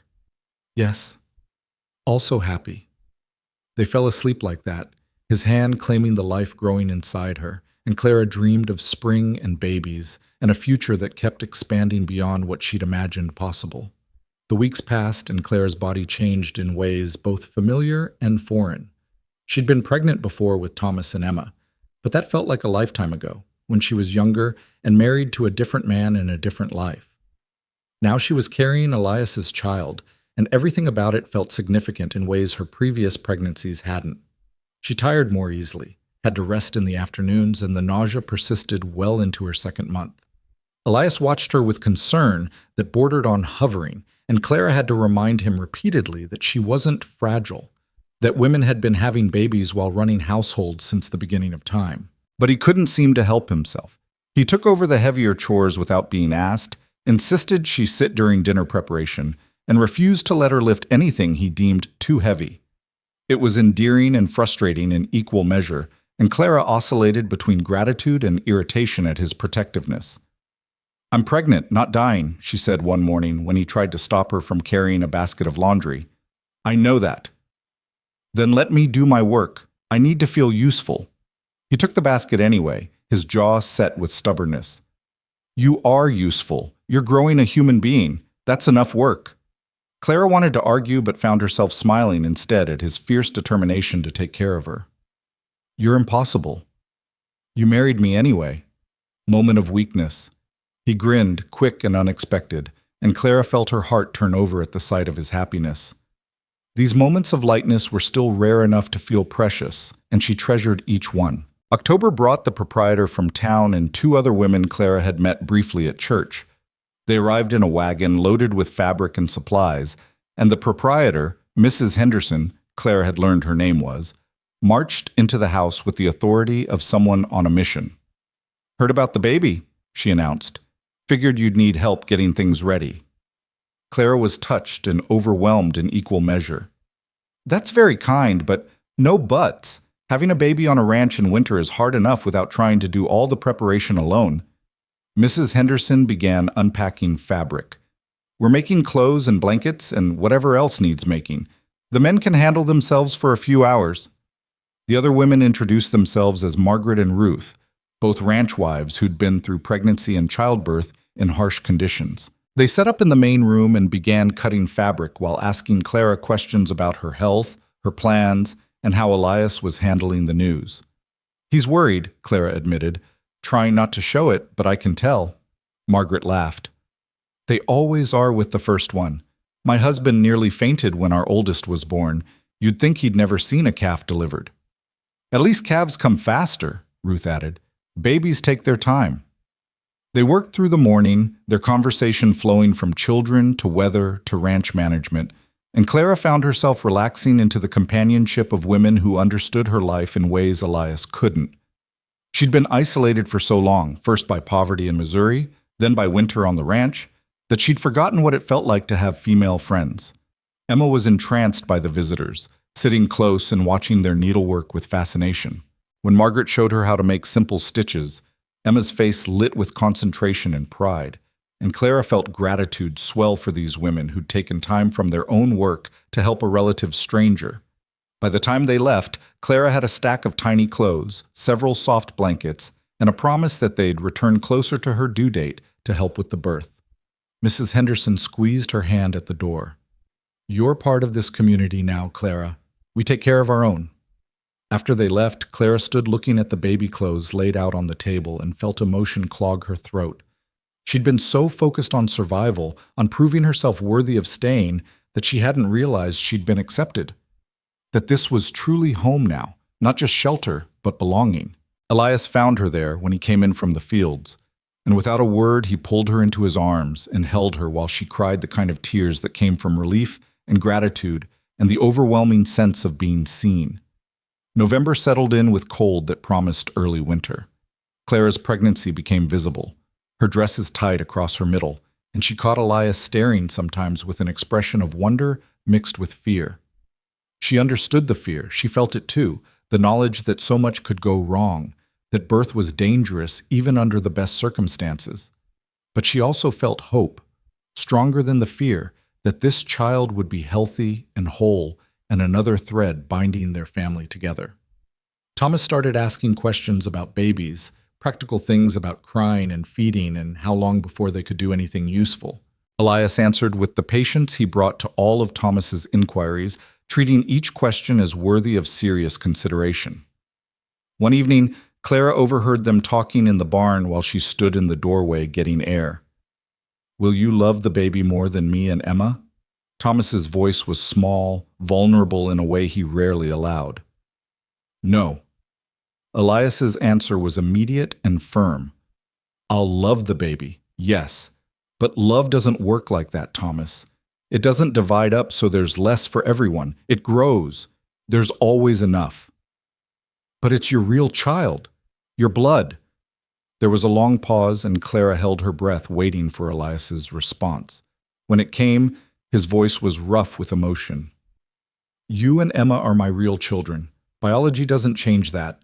You're mine because I chose you and you chose me, and that choice matters more than blood ever could." Clara heard movement, then Thomas's muffled voice. "I'm glad Mama married you." "Me too, son. Me too." Clara slipped away before they could know she'd heard, but she carried those words with her through the rest of the evening and into sleep. Son. Elias had called Thomas son, and the boy hadn't corrected him or pulled away. They were becoming what she'd hoped for, not just people living together, but family in truth.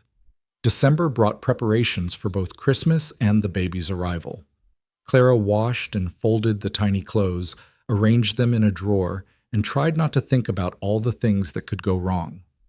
Elias built a cradle in the barn, working on it in stolen moments between chores, and when he brought it inside, Clara ran her hands over the smooth wood and perfect joints and felt tears threaten again. "It's beautiful." "It's functional," he corrected, but she could see the pride in his eyes. "Boone taught me woodworking, said a man who could build things would never be useless." "You're many things, Elias Crow, but useless isn't one of them." Christmas came and went with quiet celebration. They had less than the previous year in terms of gifts and food, saving resources for the baby's arrival, but it felt richer somehow. Thomas gave Emma a carved whistle that Elias had helped him make, and Emma gave Thomas a drawing she'd worked on for weeks showing their family. 4 figures and a tiny baby in a cradle. Clara framed it and hung it on the wall, and every time she looked at it, she felt the weight of what they'd built together. The new year arrived with bitter cold and snow that piled high against the house. Clara moved more slowly now, her body heavy and awkward, and she had to accept help with tasks she'd managed alone for months. It galled her pride, but Elias's quiet support and the children's willingness to take on extra chores made it bearable. One night in late January, Clara woke to cramping pain low in her belly and knew with sudden certainty that something was wrong. She tried to stay calm, tried to breathe through it, but when she shifted and felt wetness between her legs, fear spiked sharp and immediate. "Elias!" Her voice came out strangled. "Something's wrong!" He woke instantly, lighting the lamp with steady hands, despite the fear she could see in his eyes. When he pulled back the blankets and saw the blood, his face went white. "I'm getting the doctor. It's the middle of the night. The roads—" "I don't care about the roads." His voice was steel. "I'm not losing you." He dressed in seconds, woke Thomas with instructions to keep the fire going and watch Emma, and was out the door before Clara could protest further. She lay in the bed trying not to panic, trying to keep breathing through the cramps that felt like her body was trying to turn itself inside out. Thomas appeared in the doorway, his face pale with fear. "Mama? I'm all right, sweetheart. Or I will be. I just need you to be brave for a little while." "Should I boil water? That's what they always say in books." Despite the pain and fear, Clara felt her mouth twitch toward a smile. "Yes. Boil water. And bring me clean towels." He disappeared to follow instructions, and Clara focused on staying calm, on not letting fear consume her. She'd made it this far, survived poverty and loss in a brutal Montana winter. She could survive this too. The doctor arrived 2 hours later with Elias, both of them covered in snow and breathing hard from the rush. Dr. Morrison was an older man with kind eyes and steady hands, and he sent Elias from the room despite his protests. The examination was painful and humiliating, but Clara endured it with gritted teeth. When the doctor finally sat back, his expression was grave. "You're not miscarrying, Mrs. Crow. Not yet. But you're bleeding more than I'd like, and the baby's position isn't ideal. You need complete bed rest for the remainder of your pregnancy. No work, minimal movement, just rest." "For how long?" "Until the baby comes. 2 months at least." Clara felt tears burn her eyes. 2 months of being useless while everyone else worked to keep the ranch running. 2 months of depending entirely on others when she'd spent her whole life being the one people depended on. "I can't." "You can, and you will, unless you want to lose this child." The doctor's voice was firm but not unkind. "Your body is telling you it's had too much stress. Listen to it." After he left, Elias came back in and sat beside the bed, his face drawn with exhaustion and fear. "What did he say?" Clara told him, watching his expression shift from relief that she wasn't actively losing the baby to concern about what the next 2 months would require. When she finished, he took her hand and held it tight. "Then you rest. We'll manage everything else." "Elias, the house, we'll survive without you for a while. We all will." He leaned forward, his eyes intense. "You need to understand something, Clara. I love you. I love this baby. But if it came down to choosing between you and the child, I'd choose you every time. So you're going to do exactly what the doctor said, and you're going to let us take care of you for once."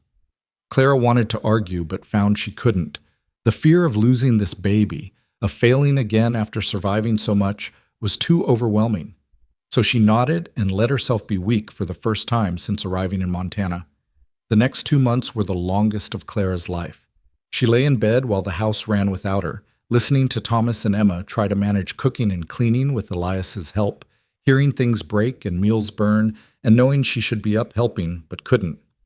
Mrs. Henderson came several times a week to check on her and help with the heavier housework. Margaret and Ruth took turns bringing food and keeping Clara company during the long, isolated days. Even the proprietor's husband stopped by with supplies, his gruff manner hiding genuine concern.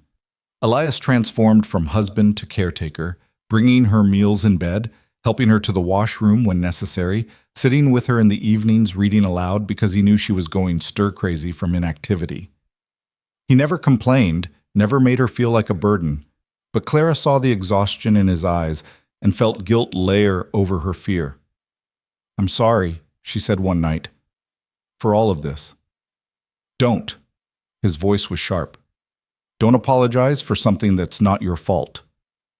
"But you're doing everything." "We're doing everything. Thomas, Emma, me, the neighbors.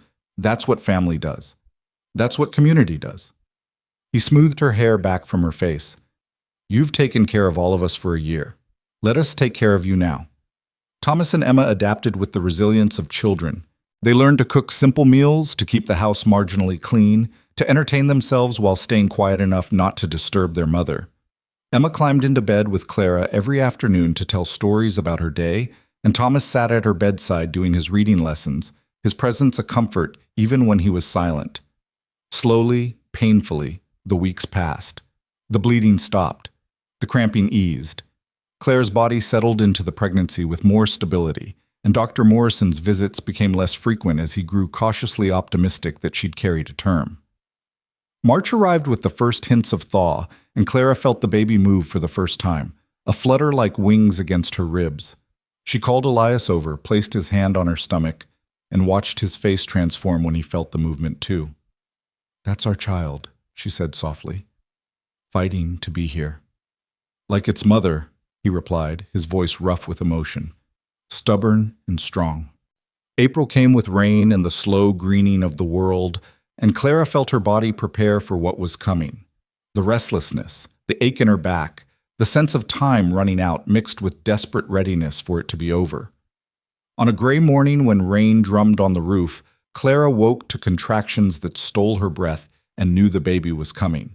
She called for Elias, who sent Thomas riding through the rain for Dr. Morrison and the women who'd promised to help, and then he sat beside her holding her hand while they waited. "I'm scared," Clara admitted. "I know, me too." What if something goes wrong? Then we'll face it together. He lifted her hand to his lips. But nothing's going to go wrong. You're the strongest person I know, Clara. You'll get through this. She wanted to believe him, tried to hold on to his certainty while pain rolled through her in waves that seemed impossible to survive. But she'd survived impossible things before, and she'd do it again for this child, for this family, for the life they'd built together. The women arrived, efficient and calm, and took over with the kind of authority that came from having done this many times. Dr. Morrison came last, snow-covered despite the season, and his presence brought Clara a measure of comfort even as the pain intensified. Time lost meaning.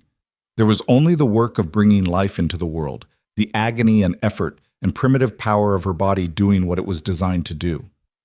Elias stayed despite tradition saying fathers shouldn't be present, his hand in hers, his voice steady even when his face showed terror. And then, after hours that felt like years, a baby's cry split the air, loud and indignant and absolutely perfect. "A son," Dr. Morrison announced, placing the squalling infant on Clara's chest.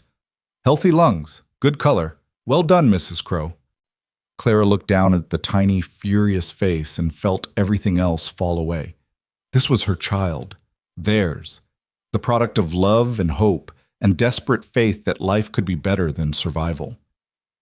Elias leaned over them both, his hand trembling as he touched the baby's dark hair, and when Clara looked up at him, she saw tears streaming down his face unchecked. "We did it," she whispered. "You did it." He kissed her forehead, her cheeks, her lips. "You're amazing." Thomas and Emma were allowed in once Clara was cleaned up and settled with the baby nursing awkwardly at her breast. They approached slowly, eyes wide, and when Thomas reached out to touch the baby's tiny hand, Clara saw wonder replace the fear he'd been carrying for weeks. "He's so small," Emma breathed. "You were this small once," Clara told her. "What's his name?" Clara and Elias had discussed names, but never quite decided. Now, looking at this child born of second chances and unlikely love, Clara knew what felt right. "Boone," she said, looking at Elias for confirmation. "After the man who gave us our start." Elias's eyes filled again, and he nodded, unable to speak. Thomas repeated the name softly, trying it out, and Emma pronounced it perfect. They sat together, the 6 of them now, a family complete, while rain fell outside and spring worked its magic on the frozen world. Clara felt exhaustion pulling at her but fought it off, wanting to stay in this moment where everything was perfect and possible and exactly right. This was what she'd risked everything for, this belonging, this love, this proof that hope could survive even the darkest winters. And looking at her husband's face, at her children gathered close, at the infant sleeping in her arms, Clara knew with absolute certainty that every moment of fear and struggle had been worth it. They'd built something real, something that would last, and that was everything. The first weeks with baby Boone brought chaos that Clara had forgotten existed. Sleepless nights when the infant's cries echoed through the house, waking everyone. Days that blurred together in a haze of feeding and changing and trying to recover from childbirth while managing a household that had barely functioned without her. Clara moved through exhaustion so profound it felt physical, and only Elias's steady presence kept her from complete collapse. He took the baby at night when he could, walking the floors with Boone against his shoulder, murmuring words too low for Clara to hear. He managed breakfast and helped Thomas with chores, and somehow kept the ranch running despite his own exhaustion. Watching him navigate fatherhood with the same quiet competence he brought to everything else, Clara fell in love with him all over again. Thomas and Emma adapted to their new sibling with mixed reactions. Emma was entranced, constantly wanting to hold the baby or sing to him or help with whatever small task Clara would allow. Thomas was more cautious, keeping his distance at first, watching this tiny intruder who'd disrupted their settled life with the wariness of someone who'd learned that change often brought loss. Clara understood his hesitation. She caught him watching her nurse Boone with an expression she couldn't quite read, and one afternoon when the baby was sleeping and Emma was outside, she called Thomas to sit beside her. "What's bothering you, sweetheart?" Thomas picked at a thread on his pants, not meeting her eyes. "Nothing." "Thomas." He was quiet for so long Clara thought he wouldn't answer. Then, in a small voice that reminded her he was still just a boy, despite how much responsibility he'd taken on, he said, "Do you love him more? Because he's really his?" Clara's heart broke a little at the question she should have anticipated. She took Thomas's hand and waited until he looked at her. "I love Boone because he's my son, just like I love you because you're my son. The circumstances of how you came to me don't change that you're mine, Thomas. You've been mine since the day I gave birth to you, and nothing about Boone's arrival changes that truth. But Elias loves you as much as he loves Boone. You heard him say it yourself. Blood doesn't make family. Choice does. Love does. And we chose you, Thomas. Both of us. Every single day." Thomas's eyes were bright with tears he was trying not to shed. "I was scared you'd send us away. Now that you have a real family..." "You are my real family. You and Emma and Elias, and now Boone, all of you. There's no hierarchy, no one who matters more, just different kinds of love that are all equally important." He nodded, and Clara pulled him against her side, holding him the way she had when he was small enough to fit completely in her embrace. They sat like that until Boone woke crying, and when Thomas helped her change the baby's diaper without being asked, Clara knew they'd crossed some invisible threshold toward acceptance. Spring deepened into early summer, and life settled into new rhythms that incorporated Boone's needs alongside everything else. The baby grew rapidly, filling out, his dark hair thickening, his eyes shifting from newborn blue toward the brown that marked him as Elias's son. He was an easy child once the first chaotic weeks passed, content to sleep in his cradle or be carried while Clara worked, and the house adapted around his presence. Elias was transformed by fatherhood in ways Clara hadn't fully expected. She'd seen him with Thomas and Emma, patient and teaching and protective. But with Boone, there was something different, a tenderness that came from knowing this child was his in blood as well as choice. He held the baby with confidence born of having raised calves and foals, unafraid of the small, fragile life in his hands, and Clara often found him just watching Boone sleep with an expression of wonder mixed with fierce protectiveness. One evening, Clara came into their room to find Elias sitting in the rocking chair with Boone asleep on his chest, both of them lost in some private moment of communion. She stood in the doorway watching, and when Elias looked up and saw her, his smile was soft and unguarded. "He has your nose," Elias said quietly, "and your stubborn chin." "Poor kid," Clara crossed to them, touching Boone's soft hair. "He's perfect." "He is." Elias looked down at their son, then up at Clara. "Thank you, for him, for all of this, for choosing to stay that first winter and giving me a reason to stop being alone. You gave me and my children a home when we had nothing. I think we're even. Not even close. You gave me back my life, Clara. Before you came, I was just surviving, going through motions.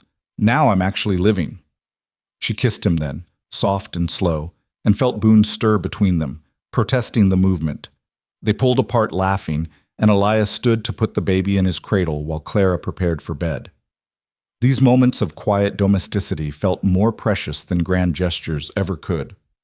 This was love in its truest form, not dramatic declarations or sweeping romance, but showing up every day, choosing each other through exhaustion and difficulty, building something that lasted precisely because it was built on foundation rather than fire. June brought visitors that changed everything again. Clara was hanging laundry when she heard horses and looked up to see 3 riders approaching the house. 2 men and a woman, all dressed well enough to suggest they weren't ranch folk, and something about the woman's posture made Clara's stomach drop with inexplicable dread. Elias came from the barn, and Clara saw his body go tense with recognition before she understood who these people were. The woman dismounted with practiced ease, and Clara finally placed what had been nagging at her. The woman looked like Emma. Same blonde hair, same delicate features, same blue eyes. "Elias Crow?" The woman's voice was cultured, Eastern. "I'm Margaret Bennett. I believe you have my niece." Clara felt the world tilt. The laundry basket slipped from her hands, forgotten, and she moved toward Elias without conscious thought. He caught her hand, held it tight, and faced the visitors with the calm that came from years of handling difficult situations. "Who are you talking about?" "Emma Hale, daughter of my late sister Catherine and her husband William. We've been searching for them for over a year." Clara found her voice, though it came out thin and strained. Catherine died 2 years ago. William 6 months later. I'm Clara, William's widow. Emma and Thomas are my children. Margaret's gaze swept over Clara, assessing and finding her wanting. The two men with her, lawyers, Clara guessed from their precise manner, remained mounted, watching the interaction with professional detachment. I'm aware of the circumstances. Catherine married against our family's wishes, and we lost contact after she moved west. When we learned of her death, we began searching for her child. It took considerable resources to track Emma here. She's not just Catherine's child, she's mine. I raised her since she was 2. As the wife of her father, yes. But with William dead, you have no legal claim to Emma. She's blood relation to my family, and we've come to take her home to Boston, where she belongs. The words hit Clara like physical blows. No legal claim. The truth of it crashed over her. She'd been William's wife, but Emma was his daughter from his first marriage. In the eyes of the law, Clara had no more right to Emma than a stranger on the street. You can't take her. Clara's voice shook but held firm. She's happy here. This is her home. Her family. Her family is in Boston.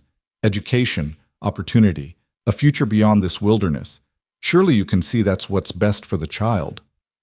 What's best for Emma is staying with people who love her, who've cared for her when no one else wanted to. Margaret's expression softened slightly, but her resolve didn't waver. I understand you've grown attached, but Emma is a Bennett. She deserves to know her heritage, to have the advantages our family can provide. Things you cannot give her here. Thomas appeared in the doorway, Emma right behind him, and Clara's heart clenched at the sight of them. Emma looked between the adults with growing fear, and Thomas's hand found his sister's, holding tight. One of the lawyers dismounted and approached with papers in hand. Mrs. Crow, we have documentation proving Miss Bennett's relationship to the child and legal precedent for her guardianship claim. While we sympathize with your situation, the law is clear. Emma Bennett must be returned to her rightful family.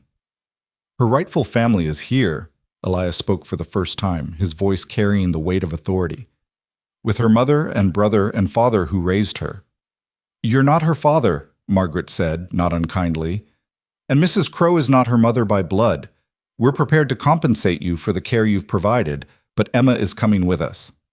Emma burst into tears and ran to Clara, burying her face in her mother's skirts.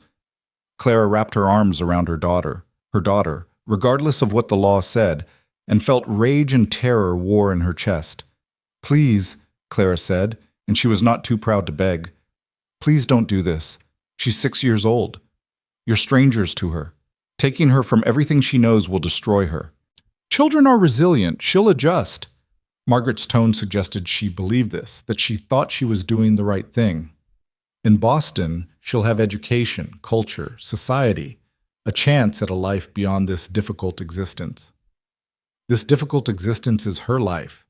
These difficult people are her family. You can't just tear that away because you have money and lawyers.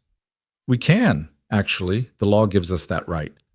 The lawyer's voice was professionally sympathetic.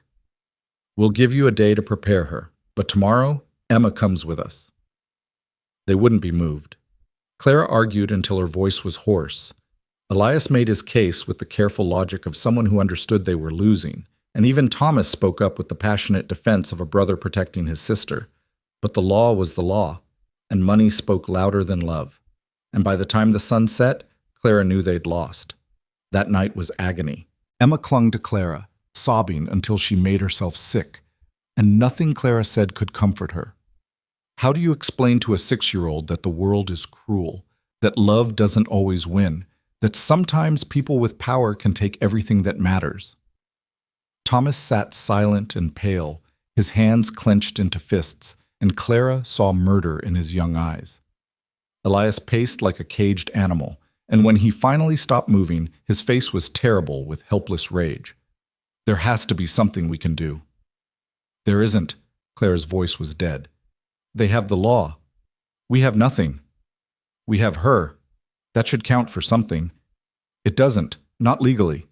Elias slammed his hand against the wall hard enough to rattle the windows, and Baby Boone woke crying from the noise.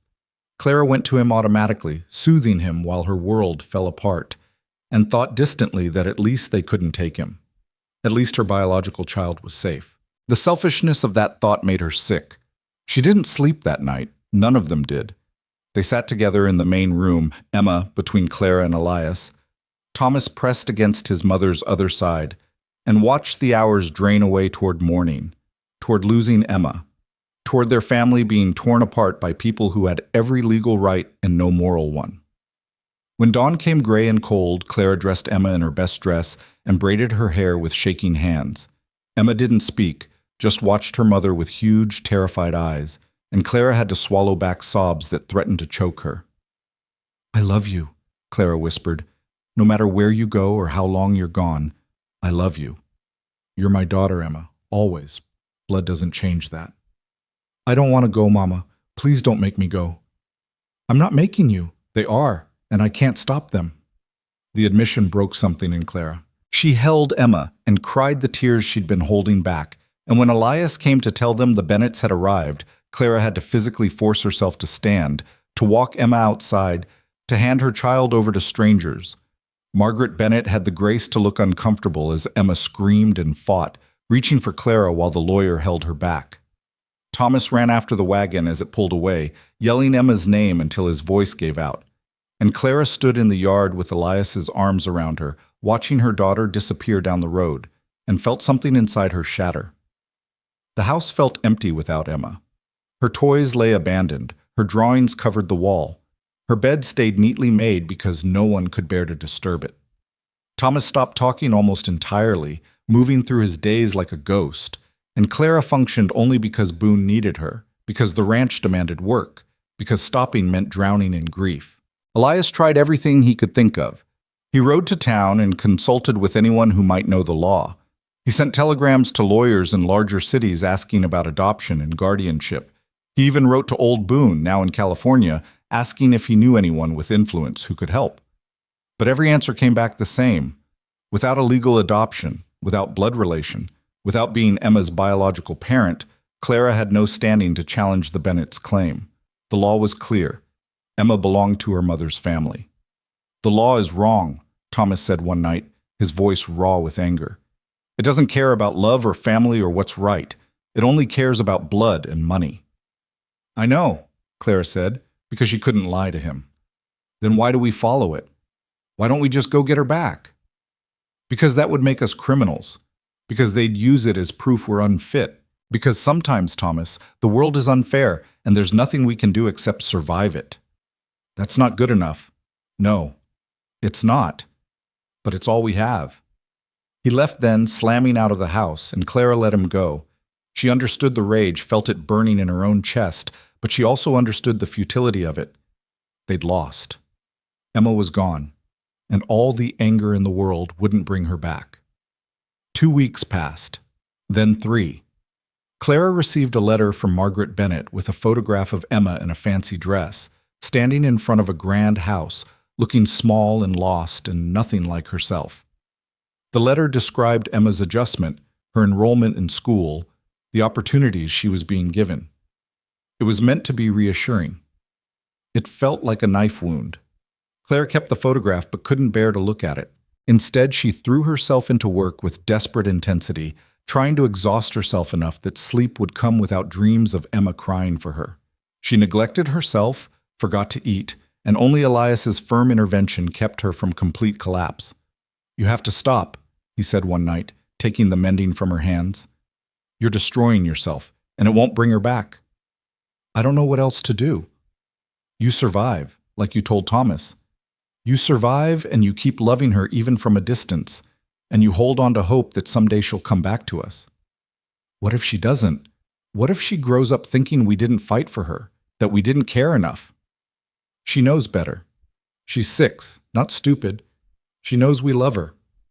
Elias pulled Clara against his chest. "But even if she forgets for a while, we'll remind her. Every year, every holiday, every chance we get. We'll write letters and send gifts, and never let her doubt that she has a home here waiting for her." Clara wanted to believe him, tried to hold on to that faith. But at night, when the house was quiet and everyone else was sleeping, she lay awake staring at the ceiling and wondered if loving someone enough could ever actually be enough to keep them safe. Summer dragged into autumn. The ranch work continued. Boone grew and changed, reaching milestones that should have brought joy but felt hollow, without Emma there to witness them. Thomas stayed withdrawn, working alongside Elias with grim determination, and Clara moved through her days like someone walking through water. Then, in late October, a telegram arrived. Elias rode to town for supplies and came back with a piece of paper that he handed to Clara without speaking. She unfolded it with shaking hands and read the message 3 times before the words penetrated. Emma sick. Stop requesting your presence. Stop. Boston General Hospital. Stop. Come immediately. Stop. Bennett. Clara looked up at Elias, saw her own fear reflected in his eyes. How fast can we leave? Day after tomorrow. I'll arrange everything. They moved with the efficiency of people who'd learned to act in crisis. Mrs. Henderson agreed to watch Boone, and Thomas insisted on coming despite Clara's protests that he should stay behind. She's my sister. I'm coming. Clara didn't have the strength to argue. They packed quickly, left Boone with tears and promises to return soon, and caught the eastbound stage with hours to spare. The journey to Boston took 5 days that felt like 5 years. Clara imagined every terrible possibility, each scenario worse than the last, and only Elias's steady presence kept her from complete panic. Thomas sat silent and pale, and Clara saw her own helpless fear mirrored in his young face. Boston was overwhelming, tall buildings and crowded streets and noise that never stopped. They found the hospital through sheer determination, and when Clara asked for Emma Bennett, the nurse's expression turned sympathetic. "Third floor. Room 17. Are you family?" "I'm her mother." The nurse didn't question it, just gestured toward the stairs, and Clara ran. Behind her, Elias and Thomas followed, and when they burst through the door marked 17, Clara's heart nearly stopped. Emma lay in a hospital bed looking impossibly small, her skin pale against white sheets, her breathing shallow. Margaret Bennett sat beside the bed, her face haggard, and when she looked up and saw Clara, relief washed over her features. "Thank God. She keeps asking for you. Won't settle. The doctors say—" Her voice broke. "They say it's pneumonia. They've done everything they can, but she's not responding to treatment. She just keeps crying for her mama." Clara was at the bedside in seconds, taking Emma's small hand in hers. "I'm here, baby. Mama's here." Emma's eyes fluttered open, unfocused and fever bright. "Mama?" "Yes, sweetheart. I'm right here. I've got you. Don't leave. Please don't leave." "Never. I'm never leaving you again." Clara looked at Margaret Bennett, at the woman who'd taken her daughter, and saw something she hadn't expected. Regret. Understanding. The terrible knowledge that money and law and good intentions meant nothing when a child was dying and calling for the only mother she'd ever truly known. "I was wrong," Margaret said quietly. "I thought I was saving her, giving her a better life. But she's been miserable since the day we took her. Won't eat, barely sleeps, cries for you every night. And now this." She gestured helplessly at Emma's fragile form. "The doctors say she stopped fighting, that she lost the will to live. They say sometimes children give up when they lose the people they love." "She didn't lose me. You took her from me." "I know." Tears streamed down Margaret's face. "I know, and I'm so sorry. I thought blood mattered more than love. I was wrong." Clara wanted to rage at her, to scream and blame and make her feel even a fraction of the agony she'd caused. But Emma's hand was hot in hers, Emma's breathing was labored, and there was no time for anything except fighting to save her daughter's life. She stayed by that bedside for 3 days. Elias and Thomas spelled her when she had to sleep, but mostly Clara just held Emma's hand and talked to her, telling her stories about the ranch, about Boone, about how much they all missed her. Reminding her that she had a home waiting, a family who loved her, a life worth fighting for.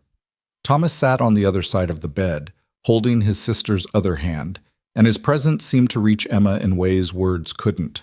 She'd open her eyes sometimes and see him, and a ghost of a smile would cross her face before fever dragged her back under. On the 4th day, Emma's fever broke. The change was dramatic enough that the doctors called it miraculous, though Clara knew better. Emma had needed a reason to fight, and they'd given it to her. Love hadn't just been enough. It had been everything. When Emma was strong enough to sit up and eat, Clara asked the question that had been burning in her chest. Do you want to stay in Boston? Emma's response was immediate and fierce. No, I want to go home. To our real home.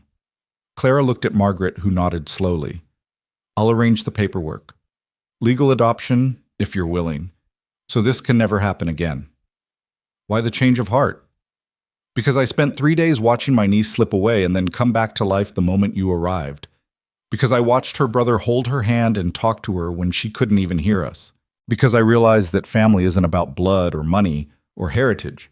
It's about who shows up, who stays, who loves you enough to cross a continent when you need them. Margaret's voice was thick with emotion. You're her mother, Clara, the real one. I won't take her from you again. The legal process took weeks, lawyers and paperwork and fees that Margaret paid without question, as if trying to atone for the damage she'd caused. But finally, Clara held documents that made Emma legally, permanently, irrevocably hers. No one could take her daughter again. They traveled home in early December, Emma thin but healing, and when the ranch came into view, Clara felt something in her chest unlock. Thomas whooped and urged the horses faster, and Emma pressed her face against the window, crying happy tears. Mrs. Henderson had Boone waiting, and when Emma saw her baby brother, grown so much in her absence, she dissolved into sobs of joy. Elias swept her into his arms and held her while she cried, and Clara stood watching her family reunite and thought about how close they'd come to losing this, how fragile happiness could be, how precious these moments were. That night, with everyone home and safe and together, they sat around the dinner table in the warm glow of lamplight. Emma sat between Clara and Thomas, holding both their hands, and Boone gurgled happily in Elias's arms. Outside, the first snow of winter began to fall, but inside, the house was warm and full of love and laughter. Tell me everything I missed, Emma demanded, every single thing. So they did. They told her about Boone's first smile, about the calf Thomas had helped deliver, about the garden's harvest and the new chickens and every mundane detail of life she'd been forced to miss. And Emma listened with hunger that said she'd been starving for exactly this.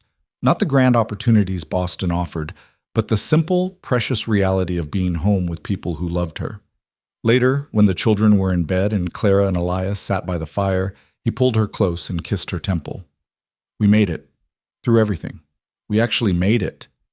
We did. Clara leaned into him, feeling the solid warmth of his body, the steady beat of his heart. But it was close, too close. It always will be, probably. Life's like that. But we're stronger for it now. Legal protections in place. Community that rallied around us. And the knowledge that we can survive even the worst losses. I don't want to survive losses. I want to keep what we have. Then we will. We'll hold tight to each other and face whatever comes together. That's all we can do. Clara thought about the desperate woman who'd stepped off a stagecoach in autumn with 2 children and nowhere left to run. About the silent rancher who'd said yes when he'd spent years saying no. About all the ways they'd been broken before finding each other and how those breaks had made them fit together in ways whole people never could. I love you, she said, for everything. For saying yes. For fighting for Emma. For building this life with me. I love you too, more than I thought I could love anyone after Sarah died. You showed me that having something to lose is worth the risk of losing it. They sat in comfortable silence, watching flames dance in the fireplace, listening to the wind outside and the soft sounds of their children sleeping. In his cradle, Boone made small noises in his sleep, and from the other room came the murmur of Thomas and Emma talking quietly, making up for lost time. This was what Clara had dreamed of in those desperate Missouri days. Safety, belonging, love that lasted through crisis. She'd found it in the last place she'd expected, with a man who'd claimed he didn't want company, building a family from broken pieces and desperate hope. Years passed with the peculiar speed of happiness. Boone grew from infant to toddler to a little boy who followed Thomas everywhere and tried to do everything his big brother did. Emma recovered fully, her spirit returning stronger than before, and she threw herself into ranch life with renewed appreciation for everything she'd almost lost. Thomas became a man gradually, growing tall and strong and capable, learning everything Elias could teach him about ranching and land management. When he turned 16, Elias made him a full partner in ranch decisions, acknowledging what everyone already knew. Thomas would inherit this place someday, would carry on what they'd built together. Emma discovered a gift for numbers and began keeping the ranch books, her neat columns and careful calculations making sense of income and expenses in ways that helped them plan better for future seasons. She also started teaching at the church school 2 days a week, her patience with younger children a natural extension of helping raise Boone. The ranch prospered under their combined efforts. They added more cattle, improved the house, built a second barn. Neighbors came to them for advice, and Elias's reputation as a fair and knowledgeable rancher spread throughout the territory. Clara aged into the work, her hands growing calloused and strong, her body lean from physical labor. She wore her gray hairs without shame, her weathered face without apology. She'd earned every line, every mark of time and survival, and when she looked in the mirror, she saw someone she was proud to be. On their 10th anniversary, Elias gave Clara a gift he'd been working on for months, a photograph of their family taken by a traveling photographer. Clara and Elias sat in the center, Boone between them. Thomas and Emma stood behind, hands on their parents' shoulders, all of them looking directly at the camera with expressions of contentment and belonging. "So we remember," Elias said, "where we started and what we built." Clara traced the image with her finger, memorizing faces and details. "How could I forget? This is everything I ever wanted." "Is it enough? You never had the easier life, the comfort, the things money could have bought in a city." "I have everything that matters. You, the children, this land, a home that's ours. That's not just enough, Elias. It's everything." They hung the photograph in the main room, and every time Clara looked at it, she was struck by how happy they all looked. Not just content, but genuinely deeply happy. They'd earned that happiness through hard work and faith, and refusing to give up even when giving up seemed like the only option. Thomas married at 20, bringing a good woman named Sarah, named after Elias's first wife with his blessing, into the family. They built a small house on ranch land and started their own family, and Clara became a grandmother to 2 boys who ran wild the way Boone had, the way Thomas and Emma never quite had until they felt safe enough. Emma married at 22, choosing a teacher from town who understood her need to stay close to family and supported her work at the school. They lived in Birch Creek, but visited the ranch every Sunday, and their children played with Thomas's boys in the yard where Emma had once played with her doll. Boone grew into a young man who looked exactly like Elias, same dark hair and serious eyes, same quiet competence, same gentle way with animals. He took over more of the ranch work as Elias aged, and Clara watched him step into his father's role with pride and the bittersweet knowledge that time moved forward, whether you were ready or not. One spring morning, when Clara was 57 and Elias 61, they rode together to check on new calves in the far pasture. The land had greened early, and wildflowers covered the meadow in waves of color. They dismounted near the creek and sat on the bank watching water flow past, both of them moving slower than they once had, both of them content with the pace their lives had taken. "Do you ever think about that first day?" Clara asked. "When I asked you if you wanted a wife or another winter alone?" "All the time." Elias took her hand, his fingers still strong despite arthritis that made cold mornings difficult. "Best decision I ever made, saying yes. Best gamble I ever took, asking. Wasn't a gamble. You knew what you needed and you went after it." "I needed shelter. I found a home." "We both did." They sat in comfortable silence, and Clara thought about all the years behind them and however many remained ahead. They'd been lucky, blessed with health and good fortune and children who'd grown into good people. They'd survived losses too, buried friends, and watched the world change in ways both exciting and concerning. But through everything, they'd had each other. That was the real miracle. Not that they'd survived winter or overcome obstacles or built a successful ranch. The miracle was that 2 broken people had found each other at exactly the right moment and been brave enough to try building something together. That they'd chosen each other every day through arguments and struggles and moments when walking away might have been easier. Love, Clara had learned, wasn't the dramatic passion of storybooks. It was showing up when things were hard. It was splitting wood in freezing temperatures and nursing sick children and holding each other through grief. It was compromise and patience and sometimes agreeing to disagree. It was looking at someone across the breakfast table after 30 years and still feeling grateful they were there. "Thank you," Clara said softly. "For what?" "For saying yes. For giving me and my children a chance. For building this life with me." "Clara, I should be thanking you. You saved me from dying alone in a house that was never really a home. Then we saved each other." "Yeah." Elias squeezed her hand. "I guess we did." They rode back to the ranch in late afternoon light, and smoke was already rising from the chimney where Boone was starting dinner. Grandchildren played in the yard, their shouts of laughter carrying on the wind.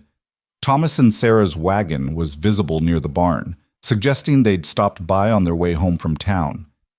This was legacy. Not just land or buildings or cattle, but people carrying forward the values they'd been taught. Family taking care of family. Hard work building something that lasted. Love that endured through difficulty and chose commitment over convenience. Clara dismounted and stood looking at the house that had terrified her that first day. Too big, too permanent, too much risk. Now it looked exactly right. Home in every sense that mattered. Elias came up beside her, his arm settling around her waist with the ease of decades of practice. They stood together watching their family through the window, and Clara felt profound gratitude for the journey that had brought her here. She thought about the woman she'd been, desperate and afraid and running from loss. She thought about the man Elias had been, alone and guarded and convinced he was safer without connections. Two people damaged by life, brought together by necessity, who'd somehow managed to build something beautiful from their broken pieces. That was the real story. Not rescue or salvation, but partnership.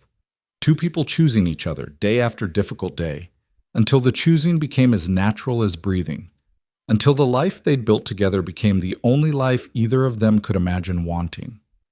Years later, when Clara was old and her children were grown with children and grandchildren of their own, she would sit on the porch with Elias and watch the sun set over mountains that had witnessed their entire story. They'd hold hands the way they had since that first winter, when holding hands meant hope and survival in equal measure.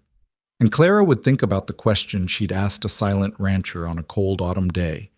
Does he want a wife or another winter alone? She'd been asking about shelter and survival, but the answer had given her so much more. It had given her a partner, a home, a family, and a love that had lasted through everything life could throw at them. That was worth more than any comfort or ease or alternative path could have provided. That was worth the risk and fear and desperate gamble of asking a stranger for help. In the end, they'd both gotten what they needed. Elias had found someone to share the burden and joy of living. Clara had found a place where she and her children belonged, where they were wanted and valued and loved. They'd found home. Not in a place, but in each other. And that made everything, every struggle, every loss, every moment of doubt, absolutely, completely, undeniably worth it. The sun set behind the mountains, painting the sky gold and purple and deep blue. Inside the house, their family gathered for dinner, voices rising in conversation and laughter. And on the porch, two people who'd saved each other sat hand in hand, watching the day end and feeling grateful for every day they'd been given together. This was their story. This was their life. Built from nothing, lasting forever, and exactly enough.